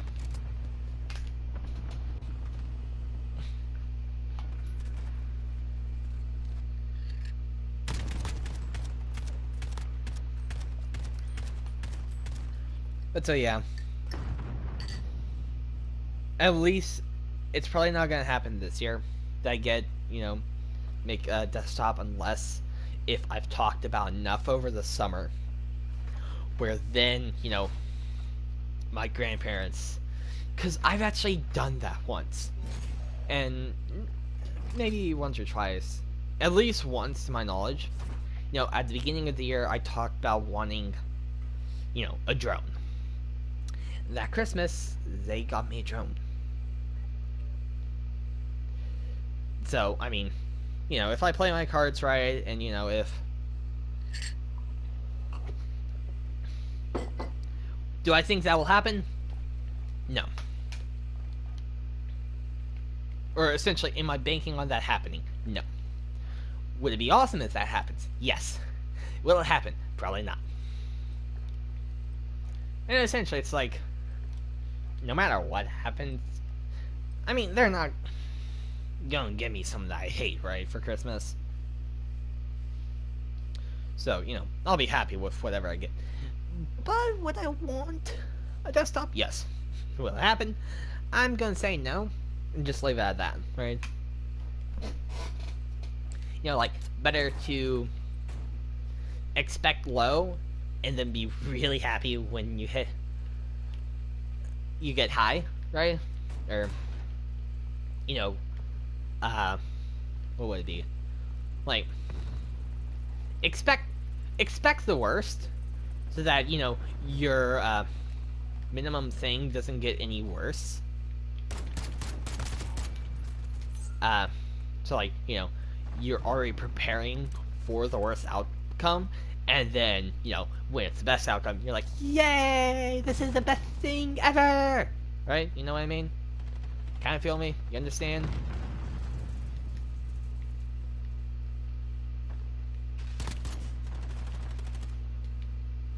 Ooh, here's my shot. Boom. Yay.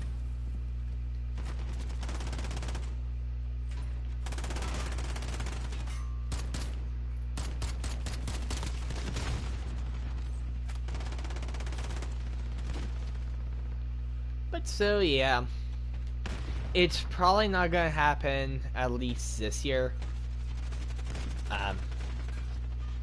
The only time that I could see me being able to buy myself a computer, or build myself a computer, would be starting next semester after I pay off all that I need to pay for tuition wise.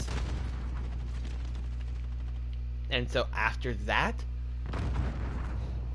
maybe I can actually build myself a computer. You know, once all the new money's coming into like my bank account kind of deal, and I'm not already expecting to pay for college with it kind of deal.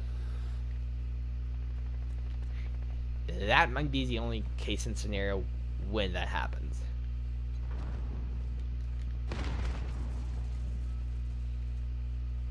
And I mean, technically right now I do have an opportunity to work at I think the Disney store I like in my local area has opened up. At least I actually looked on like a Disney website, a Disney like you know, hiring based website, and it does look like kind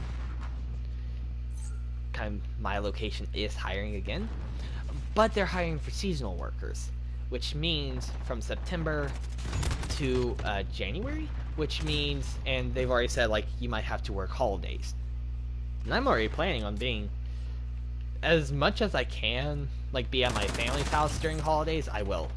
So, you know, I don't, so yeah. Heckhead! Let's see.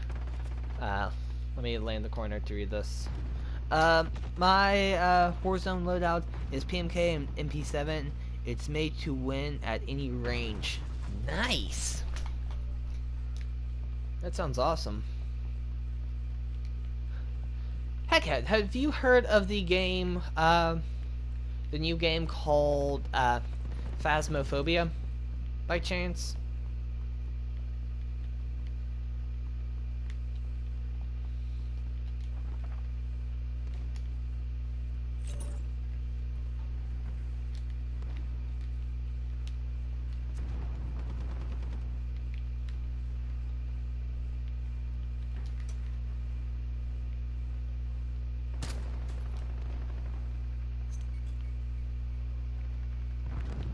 Let's see. Yep, I love watching Omewrecker play Phasmophobia.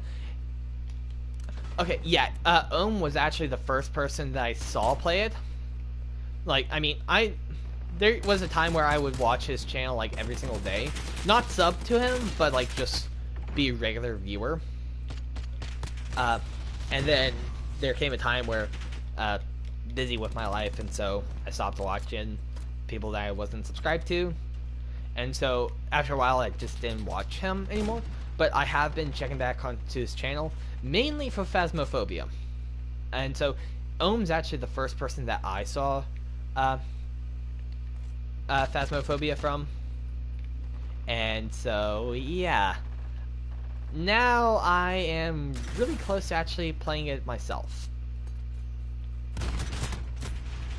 The one and only thing that's stopping me right now is the fact that it cannot be played on Mac, which is the only computer that I have, and as I was saying before, I probably cannot be getting a desktop at least this year, if not until like late January, once, you know, I've paid off all my college tuition, because I think this year I can get away with being debt free, but then next year I might have to take a loan.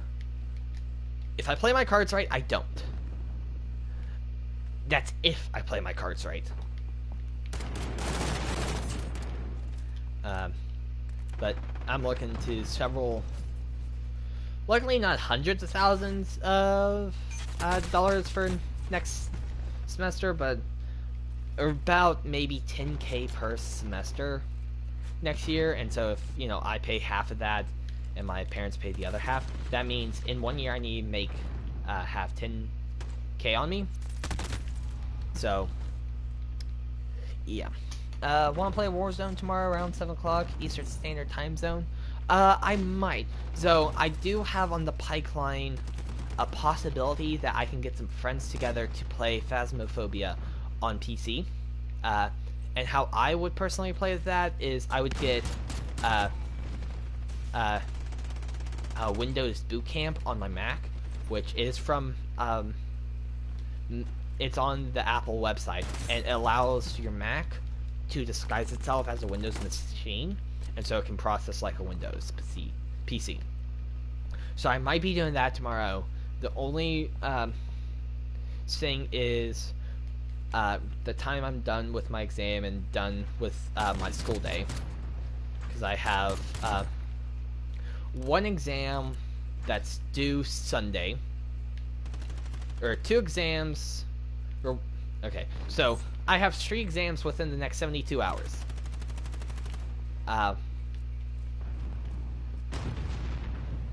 So, or all due within the next 72 hours.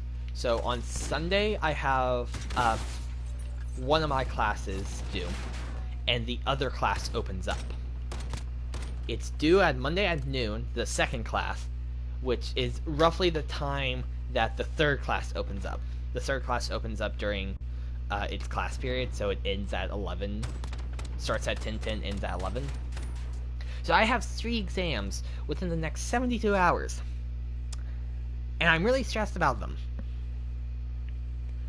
And so tomorrow I might be taking one exam. I need to study some more for it, and it's a terminology exam of medical ethics, which is not the class I signed up for.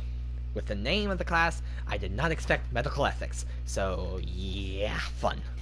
I should have thrown a bigger fit about it in my review of the class, because I could have added that at one spot, like, how did you think about the class?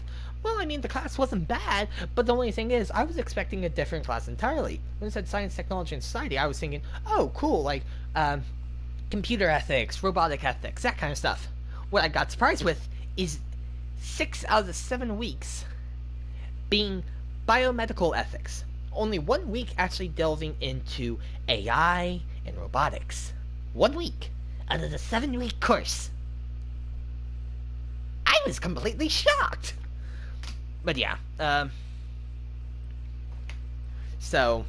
I mean, I should have complained about that in my kind of like review of the class kind of deal. Oh well. And so the problem is, if it's multiple choice or matching, it won't be matching because it's college, but if it was multiple choice, I'll have it in the bag. Hopefully. But if it's anything other than that, like if it's, okay, here's the definition, write the word, or here's the word and here's the definition, but there are a few points missing from it, fill that in. If it's that, I'm dead. At least right now. Not to mention I have a 1-page paper due in that same class, and 3 100-word response thingamabobbers doing that class all by Sunday. Yeah, I'm stressed about that class a lot. And then I have a U.S. government class exam Monday during class time, and I have no clue whatsoever the format is. Apparently we can use our notes, but, you know, I'm taking as much notes as I can, and I feel that's important, but I'm only getting 1 page. The only thing that I'm hoping is that the group chat that I'm in with others in the same class, they will then post like a Google Docs link or something to their notes that they do at a study session or something. And so I'm hoping that I can then, you know, copy that and use that as my notes.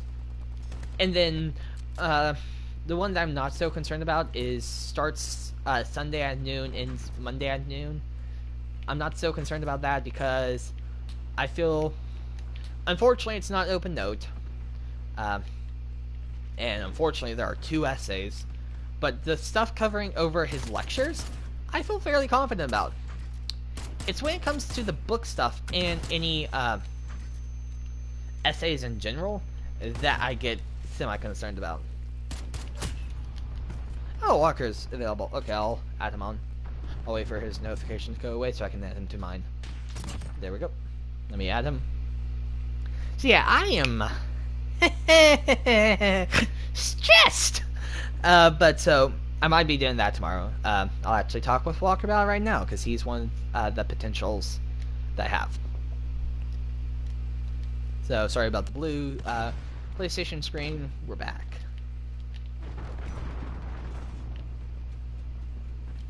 Also, we're making progress on the marksman rifles. Slowly but surely.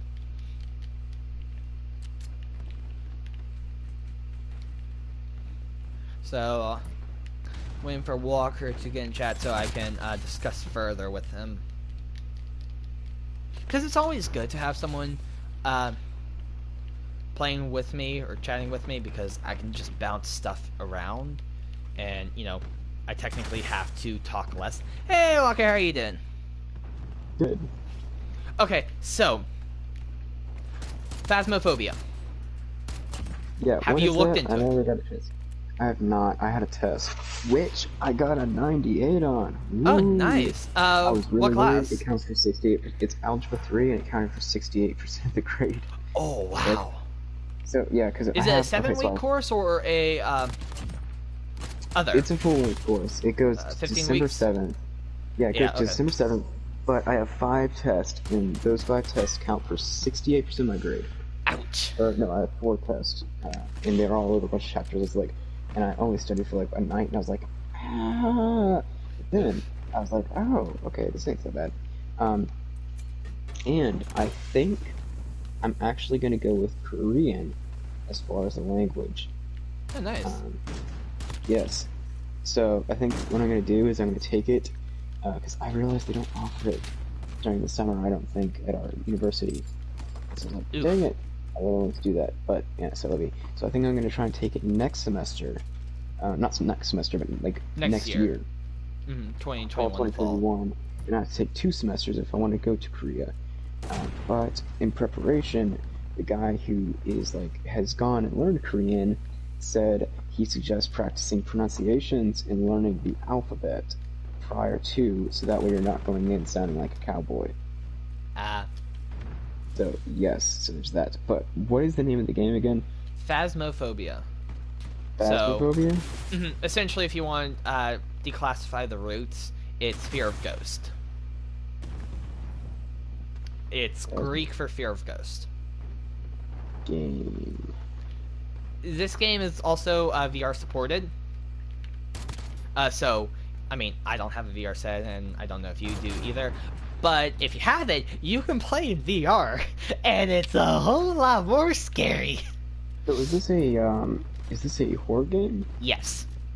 So, I know I've texted it to you before your test, but so essentially the lore of the game is you're a team of you can be actually 1 to 4 people playing, and your goal is you're a team of paranormal investigators at known paranormal activity sites. And so what you have to do is you have to go into the location and figure out the type of ghost that's haunting it, so that later on the team can actually go and clear and capture the ghost. You don't actually play as the ghost capture team, that's just the whole lore about it. So what you do is you go into these haunted houses, haunted high school, and a haunted asylum. That map is no-go for me right now. That is too big of a map and too scary. Even high school's a wee bit scary for me. But so you go in, you use different like ghost tools that actually like the paranormal shows do use, like an EMF detector, which just measures emission of like electronic stuff, which supposedly works to find ghosts. I say supposedly because, you know, there's a fine line between are ghosts real and are ghosts not, and in my opinion, I think ghosts get mad if you say that you don't believe in ghosts. So in my book, I say I believe in them because I don't want to make them mad. That's, like, I mean, I've had times when I was younger where I would actually watch, like, ghost videos on YouTube, and I would get scared out of my mind. Yeah, I don't... And that's Whenever kind my of where... parents tell me that they don't believe in me, I just get sad. I don't get mad. Oof. But so you go around haunted locations using different techniques and tools to try find the ghost. and to figure out its type, and then and you have to balance some stuff. So whenever you're in the area, you actually start to lose sanity, and the lower you get on sanity, the more likely it is for the ghost to attack. And when the ghost goes into a phase called the hunt, that is where you can actually die. The ghost gets really mad, locks the exits, makes your lights go on the fritz, and will try to find and kill the first person it can get to. It's really scary, and the ghost will actually respond to what you say. Your mic is always on in the game, even if you're using push to talk, so it will always hear what you're saying. So in the hunt phase, essentially you want to hold your mouth closed and not let it peep out, or else the ghost can't track that. So like you could say, how old are you, where are you happy, different phrases, and it will actually respond. So if you have a thing called a spirit box, which how the spirit box actually works in real life and in the game is it flips through lots of different radio channels, and apparently the spirit stops the scan at certain points to make its words. That's how it supposedly works in real life, kind of deal. And so, like, if you say, where are you? It can say, like, near, here, close. And then it can even be like, leave, die. And, like, it can actually interact with the physical world, so it can move stuff, it can touch doors, turn on and off lights, turn on and off the breaker box, which means you cannot have lights for a period of time until you fix that. And then it can also, scream and say words in your ear. And you can, like, hear floorboards creaking and that kind of stuff. It's a really scary game. And, I mean, I'm scared of it. I mean, I've gotten a little bit less scared of it as I've watched people play it. But, I mean, this is also, I haven't played it myself. So, while I've built up a little bit of immunity while watching other people play it, the second that I get control of it, I'm probably going to lose my mind with scaredness, with fear.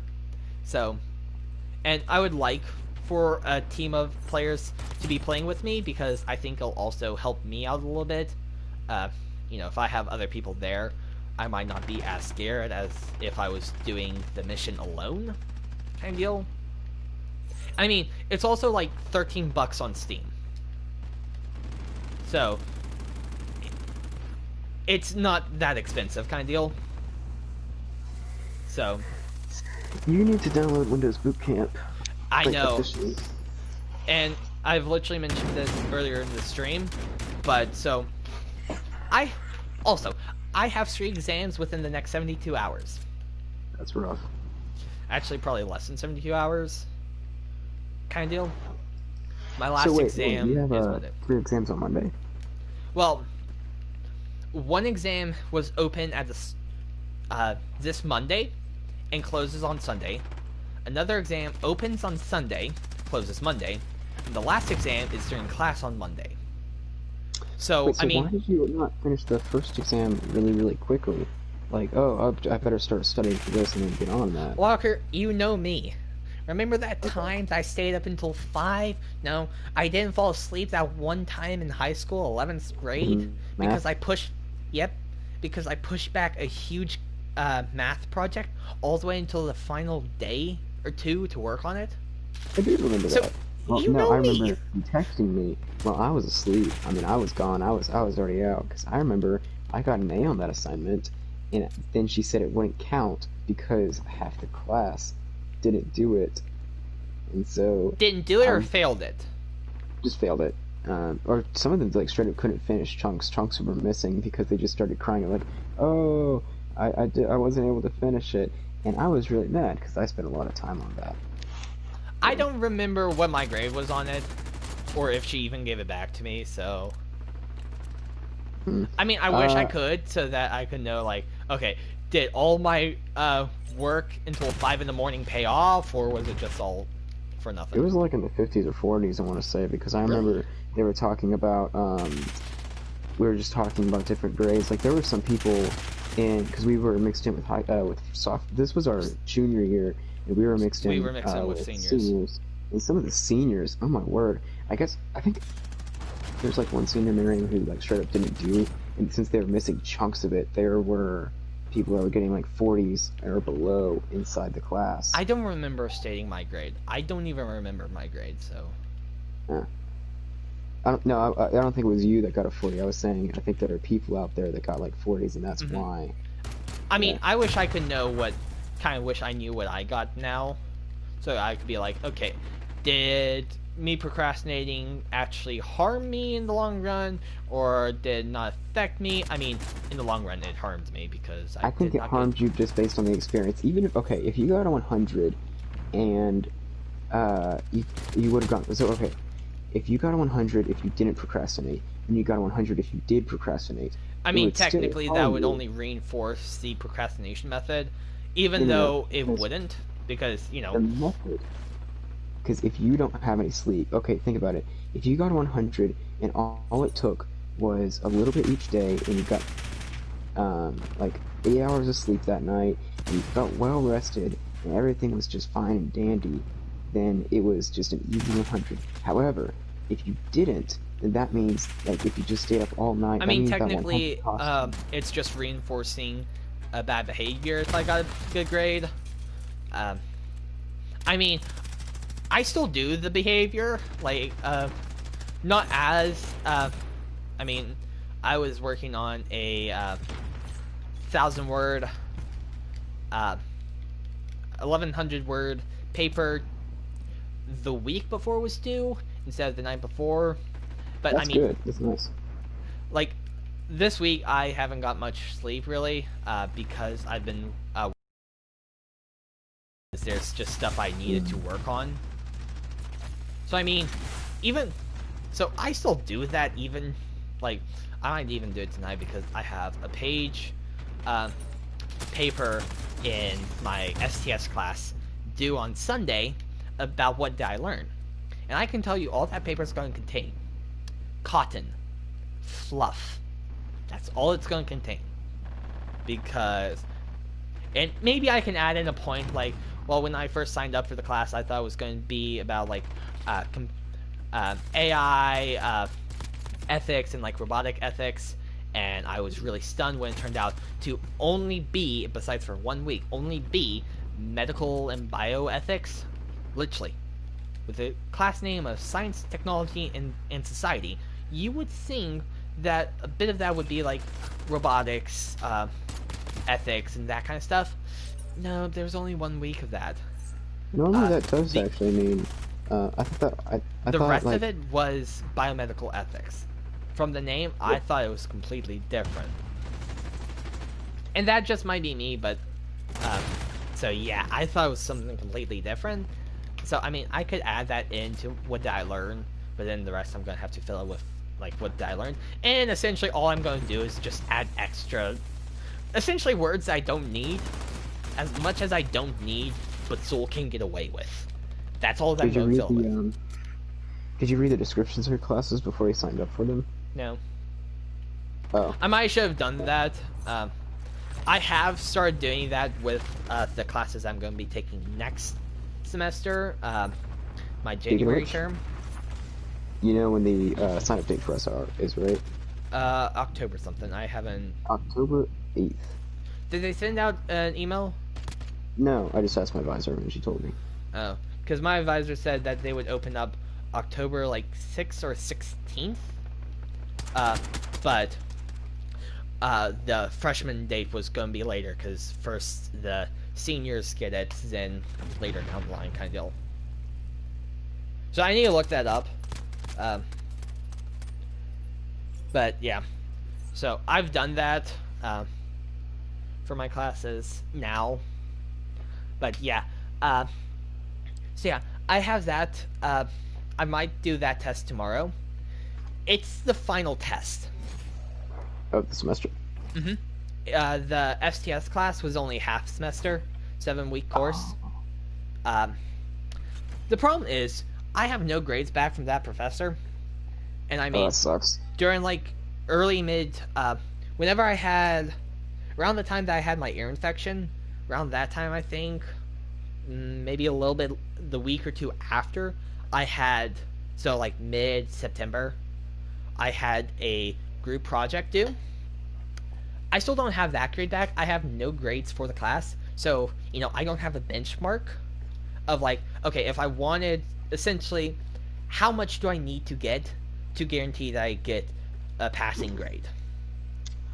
So Well, you right should now, probably it's like focus on all based on, I need to perfect this.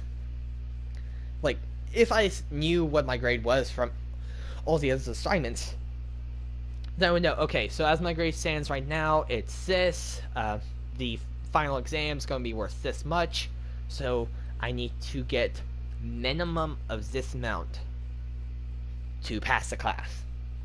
Like, I like to have a minimum amount when going into, like, exams and stuff, because while going over, above, and beyond is great, and I should strive for that, I also need to know a minimum, like, okay, how many questions do I need to spend 10 minutes trying to find the answer to? Versus not. Because, like, if it's a 10 question, or let's say it's a 100 question test, and I need a 90 to pass the class with a grade, one, that means that the rest of my grades in that class was awful, but if I need a 90 on the exam to pass, that means I need to spend, there are 10 questions that I can just kind of throw out the window. The rest I have to make sure that I do 110%, getting 100% correct. And I wouldn't be just throwing out the 10 willy-nilly, like, oh, I can't figure this out, let me just throw away this score.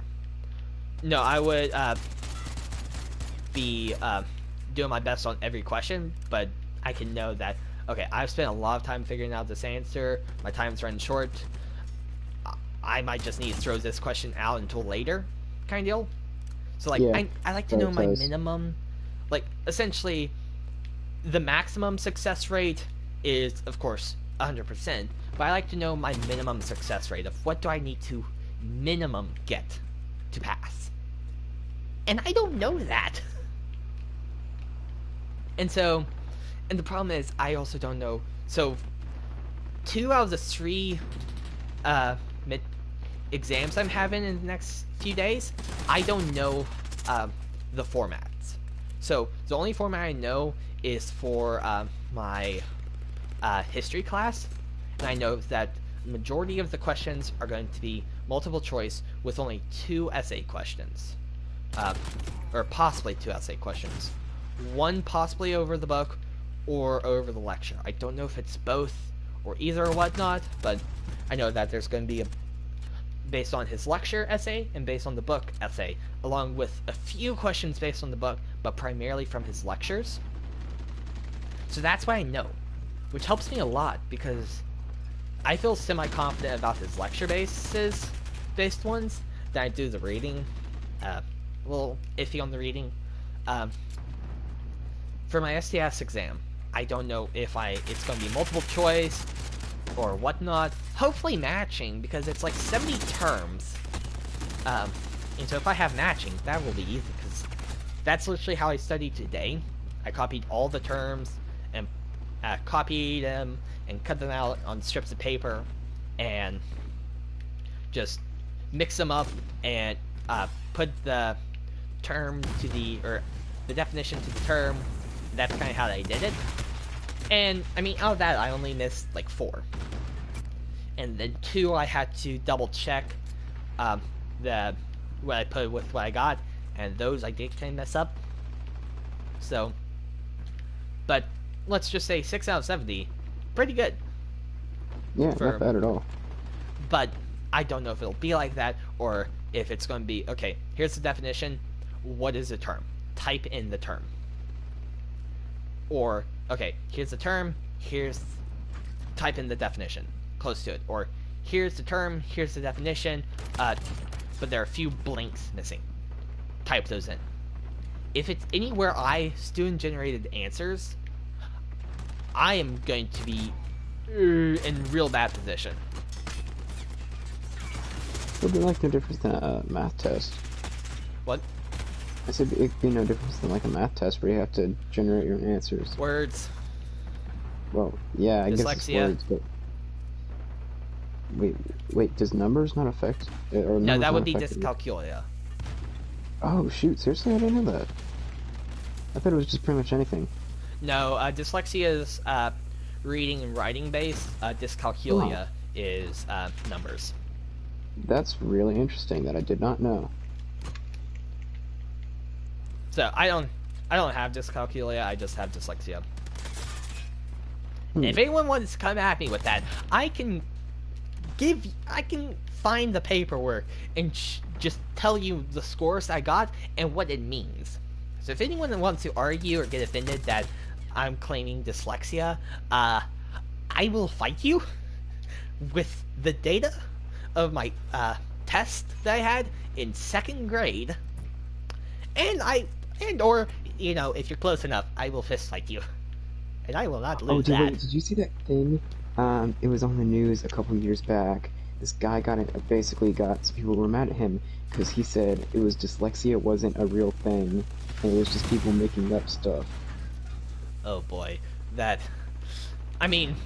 so ever since I got dyslexia, my mom has, my mom's a teacher, and Yes. I think she did take some leave when my sister and I started school or whatever. I don't know, but my mom's a teacher. She's still a teacher, but ever since she kind of learned about dyslexia because of me, she's literally certified to teach dyslexia, and she helped start a school, and the school's now going strong for 6+ years. I don't know how many it's been around for. And she was the first teacher at the school, the first full-time teacher, and now she's actually the school's curriculum director. So she essentially teaches other teachers now, and so my mom's knows a lot about dyslexia stuff. So yeah, I'm sure that if that was in her feed, she would probably be riled up about that back then.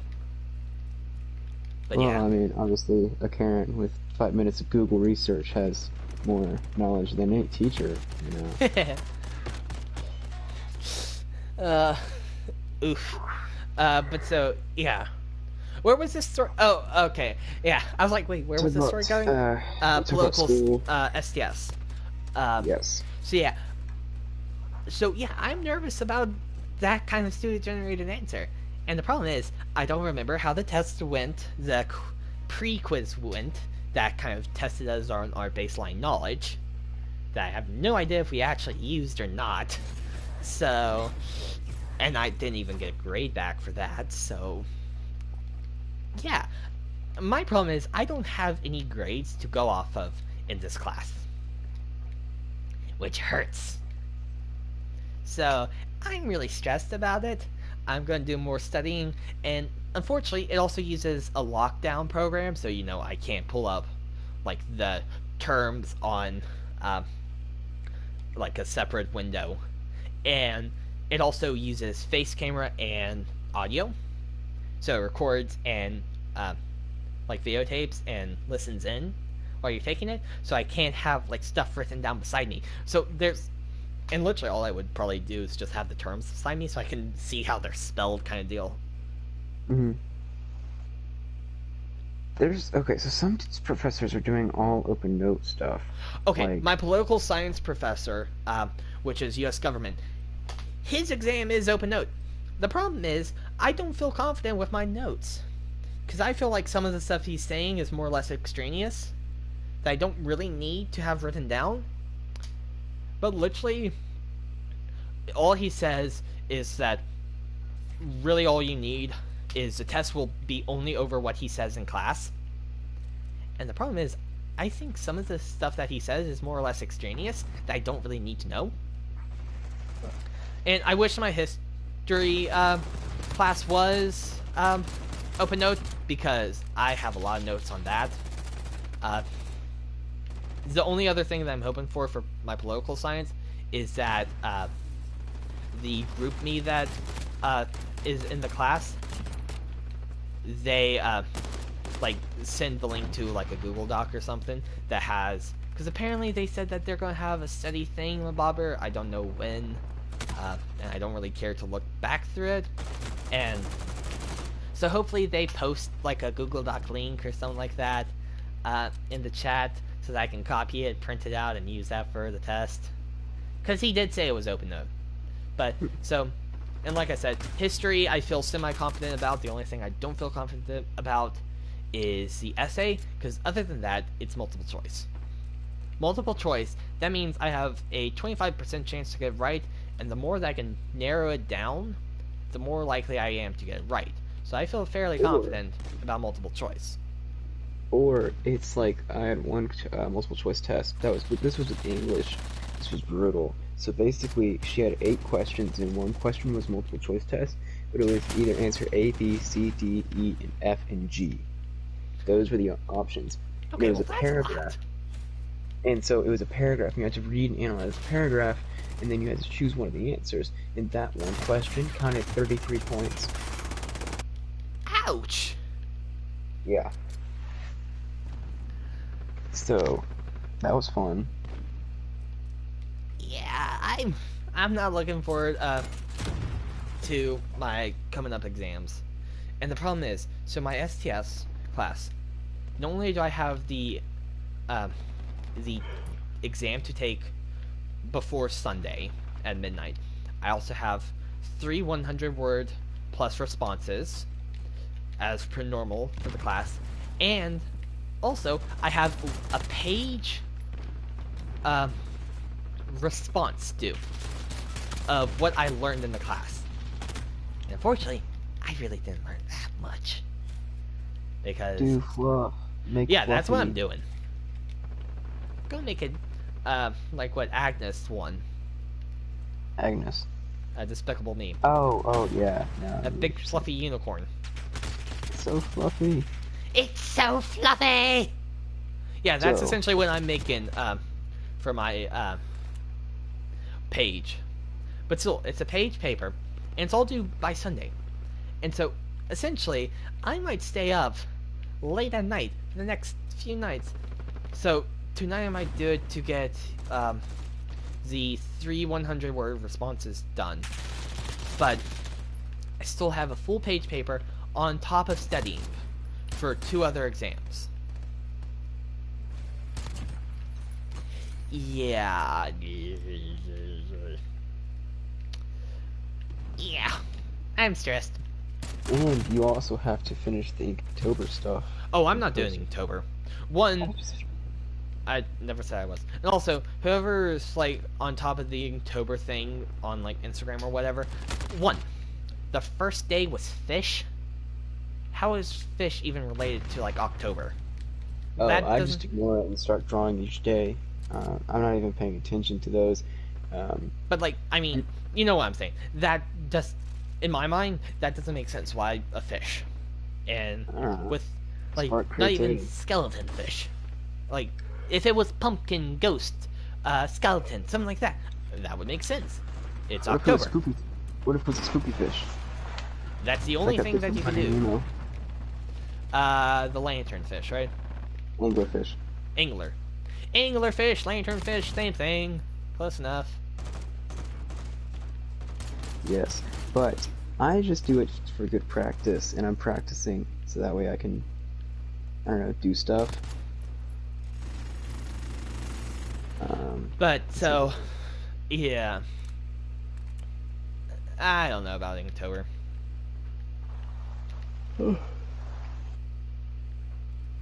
But so yeah, I'm really kind of stressed about the exams, and so like, there's just so much that I need to do in the next 24 hours, really. Also, I need to get Windows Boot Camp on my Mac. Buy and download Phasmophobia, which I suggest. Okay, so this is a game that I definitely suggest doing a little bit of research. Like, there's a 4-minute beginner guide video that I suggest watching. It's only 4 minutes long, and gives you over the basics. And then there's another one of, like, how to improve.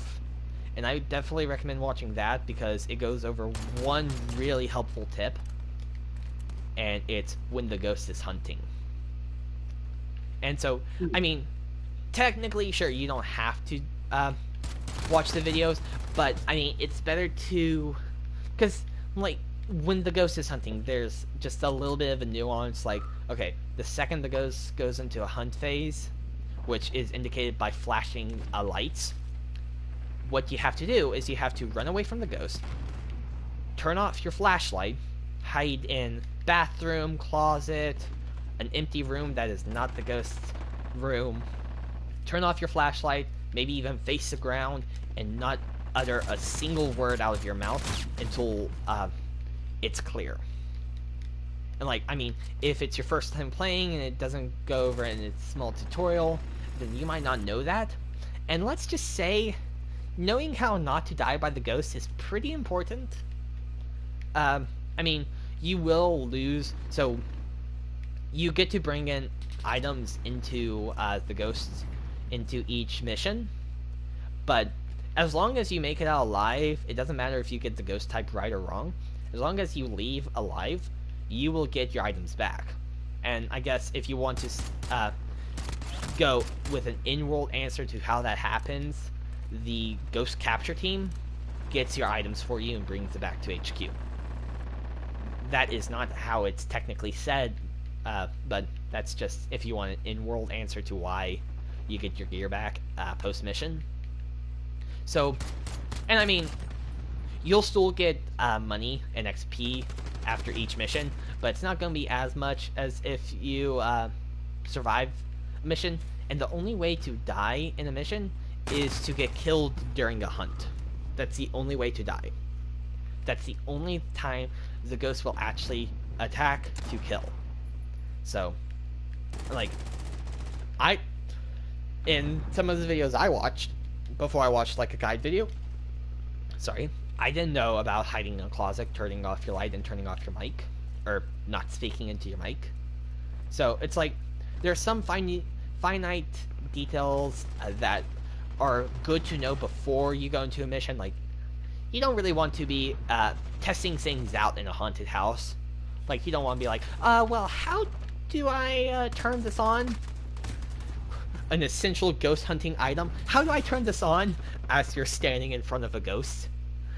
So, That's I one mean, of the questions you can ask him. Hey, how do I work this thing? so, I mean, that's my advice. I definitely recommend watching at least the 2 videos that I put into my server, into the Igloo. I'd recommend watching those 2 videos. I'd also recommend watching a few other YouTubers, but as long as you watch the 2 guide videos, you should be fine for some of the finite details about basics. The only other thing that I would recommend about like actually watching other people play is because you learn through other people, you get to see their successes and mistakes, and so that can actually help you figure out stuff. Like, for example, it might say a ghost behaves one way, but it's actually each ghost has their own individual personality. So while the demon might be a hyper-aggressive creature, you could actually have times where the demon's personality is actually pretty like relaxed and laid back for the demon type. So are you, without seeing any gameplay of it, do you think you would get it? No. It's $13. Because it's a horror game. And I don't like horror games. I mean, I'm scared of horror games too. Yeah, but you Okay, sort of like them. Not really. You have like a Hunt Showdown, which That's not scary. Hunt Showdown's not scary. What about what's the other one? Dead by Daylight? That's the one. That's not really that scary because you have It's a a lot horror of game. semi-horror game. Because you have a lot of control over your outcome. Because What about I don't know. It's another one. those Hunt Showdown and Dead by Daylight would be the only 2 games that I would classify as a Hunt Showdown. Don't really classify as a horror game, but other than that, oh yeah, I got Final Kill. But other than that, Dead by Daylight, Sure, it's a horror game. So that's the only horror game I have. But, I mean, this will be... I mean, I'll probably want to, like, only play during the day, and I will probably want to take all the clothes out of my closet and get, like, foam pyramids just scattered about my room for noise insulation. Because I'm pretty sure that if a ghost goes after me, I will scream my head off. If I hear in my headphones the ghost say behind my head, "Hello," I will scream my head off. I have lost Or talking into a spirit box, and I say, "How old are you?" And it just responds, "Adult." I will scream my head off. If it responds in the spirit box at all, I will scream my head off. The only time I will not scream my head off is if I'm in the mission control van and looking through infrared cameras to find spirit orbs. That's the only time I will not scream my head off, because I am safe in the van. And I mean, hey, if you want to, that's what you could do. As long as we're not playing professional, the ghost will not attack until a certain time limit. So technically, during that time limit, I would recommend anyone to go in, at least find the ghost location and help us set up before the attack time starts. And then, like, you, if you're really afraid or just opposed to getting jump scared, you could literally go into the van and just look over cameras. And you'd also have to keep an eye on our sanity, because lower sanity equals higher chance of death or it attacking. And you would also have to look at current total activity and try to see if it's trending upwards, because if it trends upwards, that means we're gonna die. So, I mean, you could be the man in the van. It's like, I mean, every good ghost adventure show, ghost hunting team, has the man in the van. The person who's just in the van watching cameras. Normally the man in the van means something different with the FBI. The person in the FBI who's in the van that watches? Yeah, wait, hold on. Which one are you talking about? That's what I'm talking about. In ghost shows, you normally have someone who stays within the van too, who watches over cameras and looks at, like, team vital signs and stuff like that. Who looks over the equipment and says, okay, you guys are getting audio spike on camera 7, and in camera 7's room, the thermometer's also trending downwards. It's about 7 degrees Celsius, and at camera 7, you guys might want to go to camera 7 with the spirit box. So see, you could be the man in the van. I mean, technically, also in, like, sub phase, there are head cameras that the team could wear too, so you could literally just be the man in the van from the start of the game and not even have to go into setup phase. I'd recommend going into setup phase at least once, but, like, you and a few other people that I might try to convince might all be kind of wanting to be the man in the van, so every now and then you guys are going to have to swap out who's man in the van. And there might be a clause where whoever's the lowest on sanity, as long as we are not looking for low sanity, whoever's lowest on sanity might have to go back to the van, because the ghost also takes an average of everyone who's in the building's sanity. So the lower the average sanity in the building is, the more likely the ghost hunts and goes into a murder frenzy. So that might be a subclause that whoever's low on sanity and you have to work out. But I mean, you could do that. You could be the person in the van. And so you're not getting into the scare zone, you're just watching over our cameras. And then you'll be maniacally laughing whenever one of us dies, because you're watching through a headset. And, ha, oh, these guys are scared, look at them! Lights off, heads to the ground! Oh boy, hunt time is a fun time! Like, you could do that. Now have I convinced you to be man in the van? No. What do I need to convince you? To find a different game. So, Okay, so how about this? You get it, and I will give you art. Also not a fair trade, no. One piece of art per dollar you spend. It's only 13 pieces of art. Well, okay, granted that's actually a lot, but at the That's same better time, than 0 pieces of art that I would give you. So... True. Yeah, but still, no, it's just, I know I'm not gonna play it. Just because... What if you would only play on stream? Okay, well... Awesome. Okay, then help me get people to play. I can do that. I can say, hey, you should play this game. I don't like it. You probably won't like it, but it sounds like a game that might But be see, cool. I want at least one other hunter with me, if not a full team of 4. So that means I need 3 other people to play with me. And so,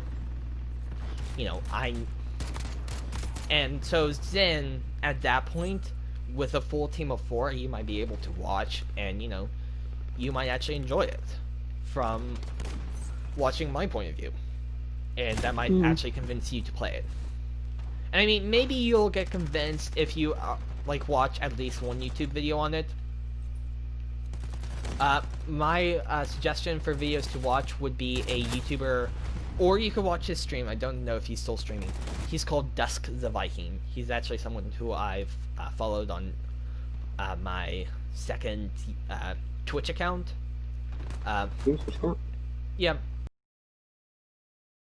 I think I want to change up my primary Twitch account because I like his theming of his like be right back screen, that kind of stuff. So the person's name is Dusk the Viking, and so in his chatting screen or his thing is join the tavern. So, and while taverns are still around today and they're not solely Viking based, I could technically change kind of my almost saying to be some kind of medieval thing where taverns are more of a thing. So and also something to call my subscribers and followers on Twitch, because what he does is when you subscribe, he's like, welcome, you have ascended to the level of a Viking rock god. That's kind of his thing, kind of deal. And so right now, if I keep PenguinCraftJr, one, that also implies more of a childish account kind of deal, at least in my head. Kind of throws you off. Yeah, so it sounds kind of childish. Well, I would keep the penguin part because I don't want to separate from that. The only thing that I would consider separating is for a squirrel-based character instead of a penguin, but I'll keep the penguin. But so, and right now, if I were to have a Twitch account, on Twitch, you kind of hype up your subscribers because they're actually paying money, and you want to hype up your followers as well, because you want to convince your followers to become subscribers on Twitch. So it's right now, what would I call on Twitch? What would I call my followers, and what would I call my subscribers? Besides for just someone random. So, I could try to... Flock. What? Flock? Flock. Yeah, but, I mean, someone that I've also considered. So, what if I, change my channel name to be something medieval, kind of feudal medieval? So, the Penguin King for, my channel name. And then... What? Penguin King, something like that. And so I call my followers, the people who are following me for free, I can call them squires. Welcome, fellow squires, how are you all doing? And then for the people who actually pay money and subscribe to me, I can then call them knights. Or nobles. Or nobles, or lords and ladies of the penguin table. And then, if I want to, I could have, when I'm chatting in between games screen or something like that, I could either have it at a tavern called, the Iceberg Tavern, or I could have it in, a throne room. I'm pretty sure the Iceberg Tavern is a real place. Make sure it is, or you're pretty sure it is? Hold on, let me see. I mean... if anything, if people ask, well, is this based off the real place? I can say no, it's just something that I came up with. So, but I mean, that actually doesn't sound half bad. It is. It's a real place? Yeah. Do I have to make it, not based on real location, or? I mean, hey, you can do whatever you want. Yeah, so I mean, kind of that thing is kind of still work in progress, but like the Penguin King might sound good. Uh, Maybe, I don't know, or a Penguin Knight, because knights guard nobles kind of deal. Oh wait, no. This is the Sagewood. This is the Fire Tavern. Ah, Sagewood. It's so Woodfire technically, I Tavern. could still do Iceberg Tavern. Yeah. Iceberg Tavern's good. Although I still think the Iceberg Tavern is a real place in Alaska. I mean, it's Alaska, it probably is. But I mean, so technically, that's kind of what I could attempt to do. Something like that, and because I do like his theming, and I do kind of like the theming of like a tavern setting. Because if you ever seen like taverns and like movies and that kind of stuff, they all kind of seem a little bit cool, kind of deal.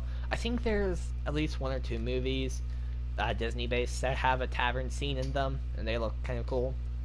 Like the theming of it, one's just Onward there is one in Onwards, yes. in Bugs Life. Bug's Life, yeah. I guess so. I guess that counts. But like more of the days of yore taverns kind of deal is kind of the taverns that would be inspired by. Whereas there's like a giant, or better yet, the Hearthstone Tavern. You know Hearthstone, right? Isn't that That is in fact Hearthstone. There's an, Hearthstone Tavern in Hearthstone? What? but like, the Hearthstone Tavern, that kind of is one thing that comes greatly to mind when I kind of want to build something like it, at least thematically wise, for like a channel. The Hearthstone Tavern. I remember watching, I forget, it's part like a musical, like ad for Hearthstone, where it's young girl in a snowy forest that follows like a squirrel or something to the Hearthstone like player deck, and she's transported into the Hearthstone Tavern, and then they sing welcoming her to the tavern, if I'm not mistaken. That's kind of like, you know, there's a nice central hearth burning with fire, and everyone's gathered around it, some on bar stools, some here and there, all drinking their happy ale and having a merry old time of yore. You know, something like that. That's kind of what I would think would be fun to kind of theme a channel around. And so, I mean, sure, you could say, oh, well, you're just copying those aesthetic. You can say, oh, you're copying Dust the Vikings aesthetic.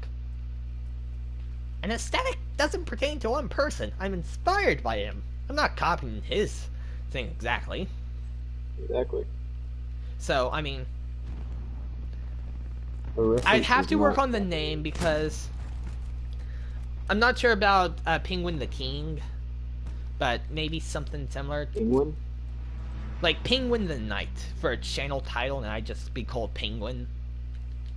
And so, like, you know, I could have King and then have, like, my subscribers be Lords and Ladies of the Penguin Table. Or Knights of the Penguin Table. And then, like, other people be Squires, which would be the followers. Which are Knights in training. That's why they're called Squires. Because one day they might actually pay to subscribe to me.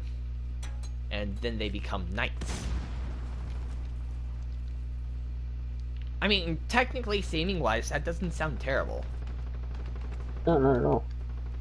And so, I mean, it's still work in progress, and I would need to make sure I have everything down pat. And, like, I could even just do a quick channel name change from PenguinCraftJr to that on YouTube then.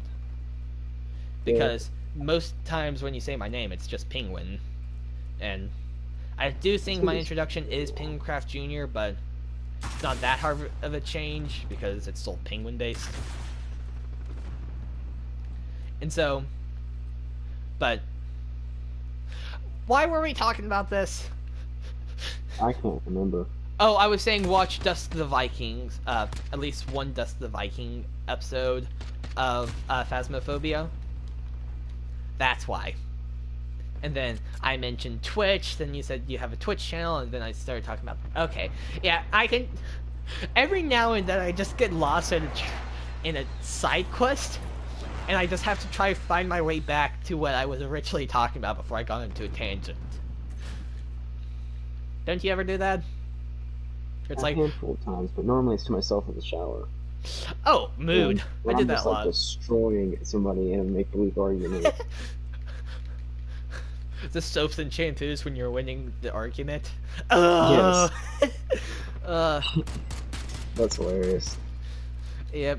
I've done that so many times where it's like, oh man, if this was real, I'd be so cool. I mean, technically, I kind of do that, as kind of with streams. I kind of like, okay, when I'm streaming later, what do I kind of want to talk about?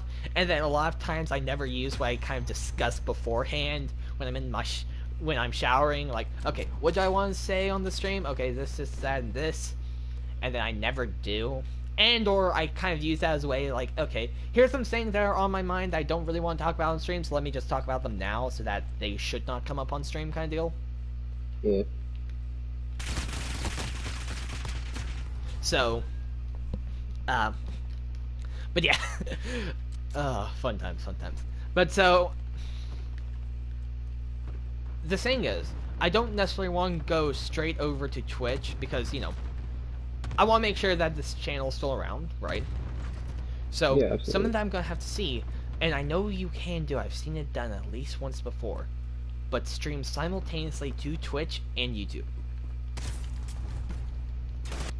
It might be possible, but I don't really know. I know it is possible, but one problem I have, tech-wise, I would be running my stream right now off a Mac. And I mentioned it earlier as a That's stream. not exactly bad computers. They're overpriced, but they're not bad. I know, but I would be running Windows Boot Camp, so it's acting as a Windows machine. I don't think it would be bad, but, you know, I'm just saying I'm running it off of one PC. I'm running 2 broadcasts, 2 streams, and 1 gameplay, all from the same machine. You know, that might not be the easiest and lightest for a computer to do, especially because it's not a, like, full-on Mac desktop. Like, you know, the single, where it's just like a monitor, but all the software is inside, all you need is like a keyboard and mouse to work with it. That's what my uncle has, and that's pretty beast. Heavy duty. Like, I don't have that. And I mentioned on stream, I'm probably not going to get the earliest, besides for the off chance and the rare occasion that maybe for Christmas, my grandparents get me either the stuff to build a PC or just a straight up PC. Besides for that, which I mentioned earlier, that I'm not banking on, but I have mentioned it early on in the year, to a good degree, so hopefully with me mentioning it then there's a chance that they'll be like, oh yeah, didn't he say that he wanted a PC to build one or get one? That's a nice present there, buddy. Yeah, I'm just saying, like I said, I don't think that's going gonna happen. Like, I don't think that's gonna happen, but you know, I think if it does, that'll be bro, awesome. You can pick up a good PC.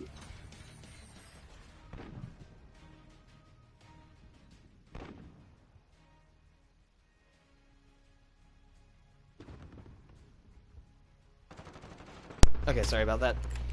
Yeah, that's cool. So basically, what I was saying is, you can pick up a good PC for like a couple $100, maybe. Like, okay, listen. So I own a gaming laptop, and I know a lot of people like to poo-poo on gaming laptops, and I'm not saying that it would be the best thing in the world. What I'm saying is, you can pick up a nice gaming laptop for like $400 or $500, and if you don't want to spend that much money, you can pick up a nice pre-owned, if you buy a pre-owned gaming PC for like $100 to $200.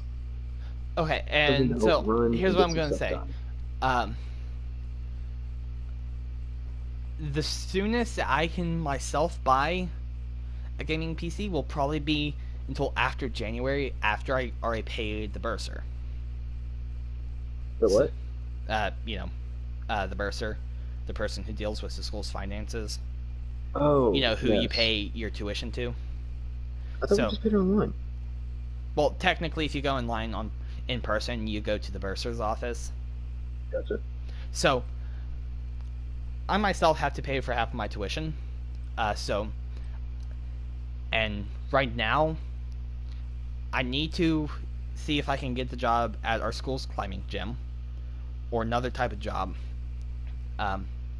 There's another job that I could do, be seasonal help for the Disney store near school, but it's a seasonal job. Oh, yeah, that is. It's a seasonal job, and they say that you might need to work over holidays. And the thing is, I already kind of want and am planning on going to my grandparents at least for the entirety of Thanksgiving week, and at least for a week or two after Christmas, like the week after Christmas, stay with my grandparents. And so, I don't want to be called on shifts, and so I can't do as planned. And they're only hiring from like in September until like January, holiday season. So yeah, but essentially, This is it's always hiring.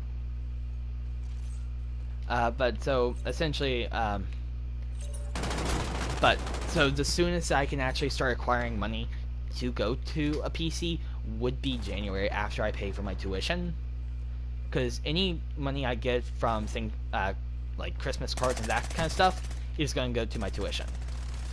And luckily I have enough backlog of cash, as long as I don't spend it all, like by buying a second ticket to the Dopey challenge, which I wouldn't.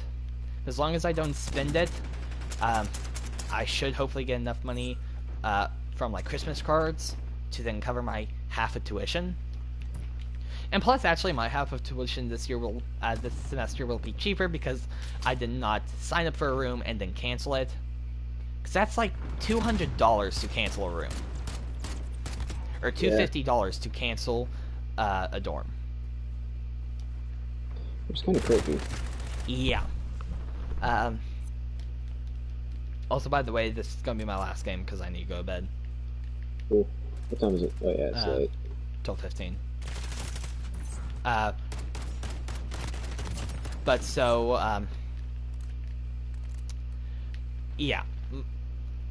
Since I'm paying for half of my tuition, and I do not want to get a loan, I am going to be putting all my money to there, which is the earliest that I can start trying to acquire money to go to a PC would be January.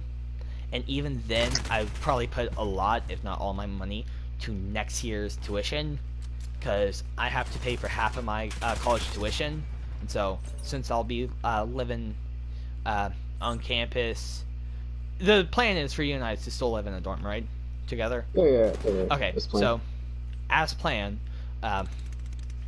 so, that's going to increase how much tuition I have to pay, so I'm probably going to be putting a lot of that money also that I collect over January into the money I pay for tuition.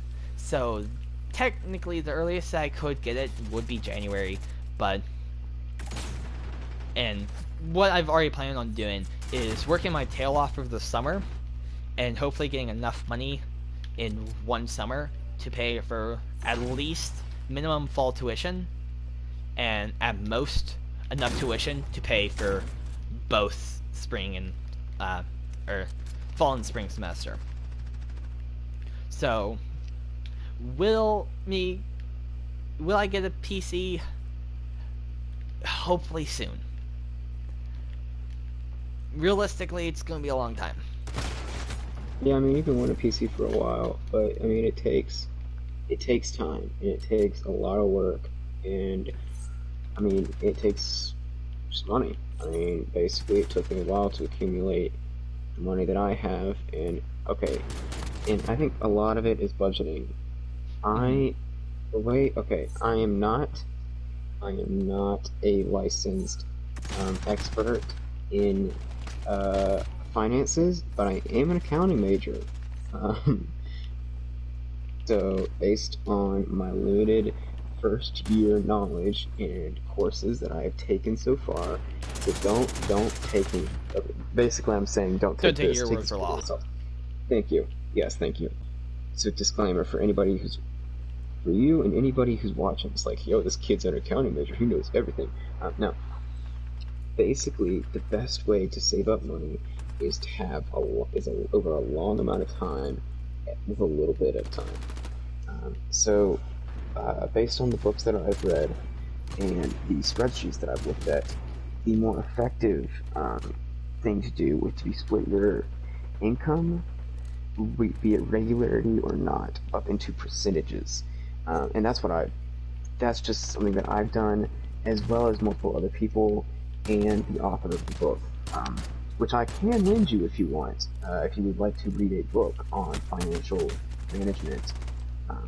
It's pretty cool, actually. It's really nice. Anyway, so if you wanted to, but you don't have to. I know you're not a huge fan of books, and I doubt this would be like, yeah, financial statistics management. Yeah! Oh yeah. Anyway, basically 10% is a very nice even number. I put 10% away to savings of everything that I earn. I put 10% of it that I tithe to church. That's just what I do. I've always done it, but do whatever you want with that 10%. And then I put 30% to just spending money. And that's just a grand old fun. If I want to go eat fast food, I can go eat fast food, and I can use that money for fast food, which I don't really eat a whole lot of. And I can throw that money toward movie tickets or whatever I want. You can spend that money how you want on fun stuff, when the other Yes, stuff just goes to like splurging. mandatory stuff. And then 50%, this is basically where this is your tuition money. 50% of what you earn is pretty much just bills. I use it to set up a different fund, and that's actually the fund that I use to buy like a Nintendo Switch, and when I'm gonna buy a car with. But basically, that can be allocated towards separate funding. When you get older, normally that money's probably going to end up going toward things like income tax, property tax if you own property, and other such bills and finances like rent. Because currently, I'm in a very low tax bracket, but I'm still getting taxed because my taxable income. Since I didn't realize this, certain scholarships are taxed, including mine. My taxable income is like a couple grand actually. It's not small. Oh wow. Because so the first $10,000 you make is made up of non-taxable income, and then after that, you are bumped into the first tax bracket. Before explaining it more, how familiar are you with the U.S. tax system? Also, just giving you a heads up, probably 2 minutes until the end of the game, so Cool. being close to the stream, probably 5 minutes out. Just FYI. Okay, so I'll make this quick. Basically, first $10,000 that you make is made up of non-taxable income. After that, you pay in the first tax bracket, which is the lowest tax bracket, and then you get bumped up accordingly. Your combined income, if you were married, would be different, and that's something different. And you're also going to have to allocate some of that money toward Social Security, and you pay that no matter what it is. Normally, it's really, really small, because you're not really having to pay a lot of Social Security because you're young and probably not making that much. But everybody pays that, no matter what, non-taxable or taxable. State income tax is different, and property tax will not apply to you since you don't own property. But basically, all of this is what I'm trying to say is, for your situation, I would suggest putting 10% of your money toward PC fund, and that's going to fund your PC. Putting 60% of your money or 70% of your money toward your tuition and save money. And any money that you have left over towards your tuition can just be for Extra. groceries and incidentals. Yeah, I would allocate any extra money to incidentals, such as maintenance on your car or other such things. And then that gives you 20%. I would give 10% of that to just spending money, free spending money. Like Question: if is you want this to go the envelope method by the one person? No. Ah. This is it's very, very similar. Very similar. I don't particularly love some of the stuff he says. I think he's got a great point on other things like loans and paying cash, but he's a lot more extreme than some of the other ones. Hold on, let me read the guy. Figure out who this guy is that wrote the book that I'm talking about. Crap, where is it? Also match ended, we lost by a few points. Oh, that stinks. Yeah.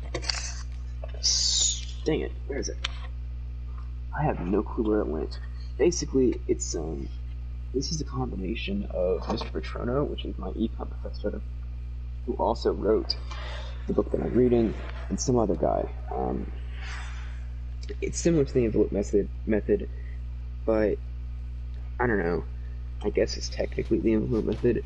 I don't really know there's that much of a difference. And then that gives you like another 10% to do whatever the crap you want with it. I tend to tithe 10% simply because that's what I've always done. That's kind of the standard in the Bible, and yeah. But you can do whatever the crap you want. I mean, I don't know. Yeah. But so, yeah. I mean, first, yeah, right now I need, and over the summer for sure I have to get a job. There's no ifs, ands, or buts about that, unless if I want to start paying my own like phone bills and that kind of stuff. And I don't. So right now, that's the only thing that, if I don't get a job over the summer, then I'm on my own essentially. So I need to get a job over the summer, is what I'm saying. But having said that, I probably should try to find a job for this semester, and then just kind of do that. I would advise. And I mean, technically, right now, what I would do is set aside the X amount that I need to pay for next year's tuition. And I go ahead and set that aside, and then the rest, any extra money I get, I could put into that fund for building a PC. Yeah. And I probably won't execute that until after Christmas, because maybe, my grandparents heard me want to build a PC, so they might buy me a case or something like that.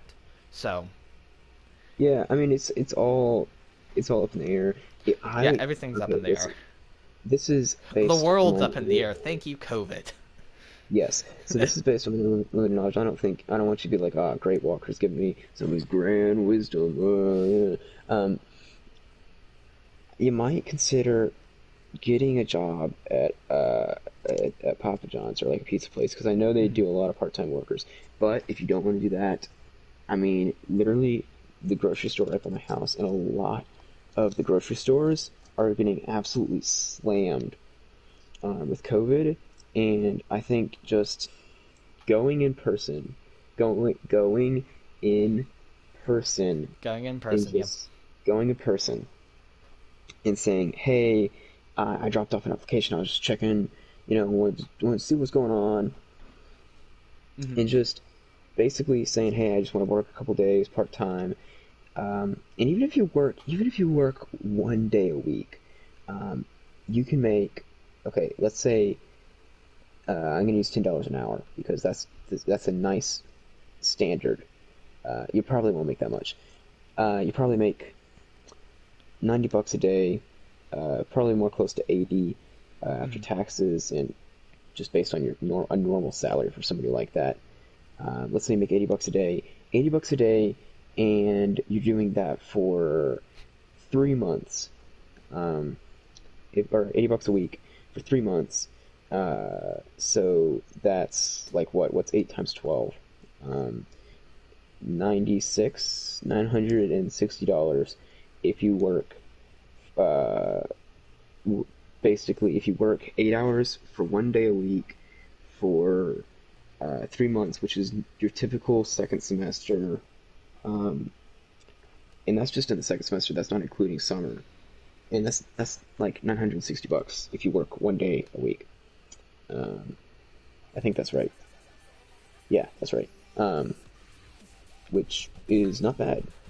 It's something that you can basically, it takes off a big chunk, and then if you work full time during the summer, you are probably going to make a decent amount of money. You are probably going to get over 10 grand, which will bump you up into taxable income. So after you make 10 grand, and I would track however much you make, plan for at least 20% of that just going toward taxes, because I didn't realize how much income tax was until I filed my W-4 and W-2 form for this year. Because it's like a lot. It's like a lot. Yeah. Well, I need to be wrapping up. Also, Alright, later, bro. I'm just okay. So, I saw this, and it's called the War Track Pact EDM Edition. I clicked on it. First song they have in here, Skrillex's Bangarang. You can play that while in a vehicle. You can play Bangarang in a vehicle. That's cool. And the next one is Skrillex's Scary Monsters and Nice Spirits. They have two Skrillex. I'm sorry. When I was playing it, I was jamming out. If I had a face cam, the camera would probably be about chest level, because normally I would probably aim it lower down because I normally sit. But I literally stood up and actually started like bopping to it. It was That's pretty funny. I'm sorry. I like EDM. But yeah, I need to be logging off now. But yeah, would you please look into? I do not advise looking into it right now because it's nighttime, and trust me, I get scared while watching it at night. But in the morning, would you please? And he left. Never mind. But yeah, so I gotta be logging off, guys. I hope you guys did enjoy this stream. I'll be back tomorrow night. I'll let you know how my one exam went and how my study prep for the next exam is going. But yeah, so thank you guys so much for watching. I hope you did enjoy. If you did, please leave a like. If you want to see more from me, please subscribe. And to stay up to date with what I do, please ring that notification bell. Thank you guys so much for watching, and remember, take it easy.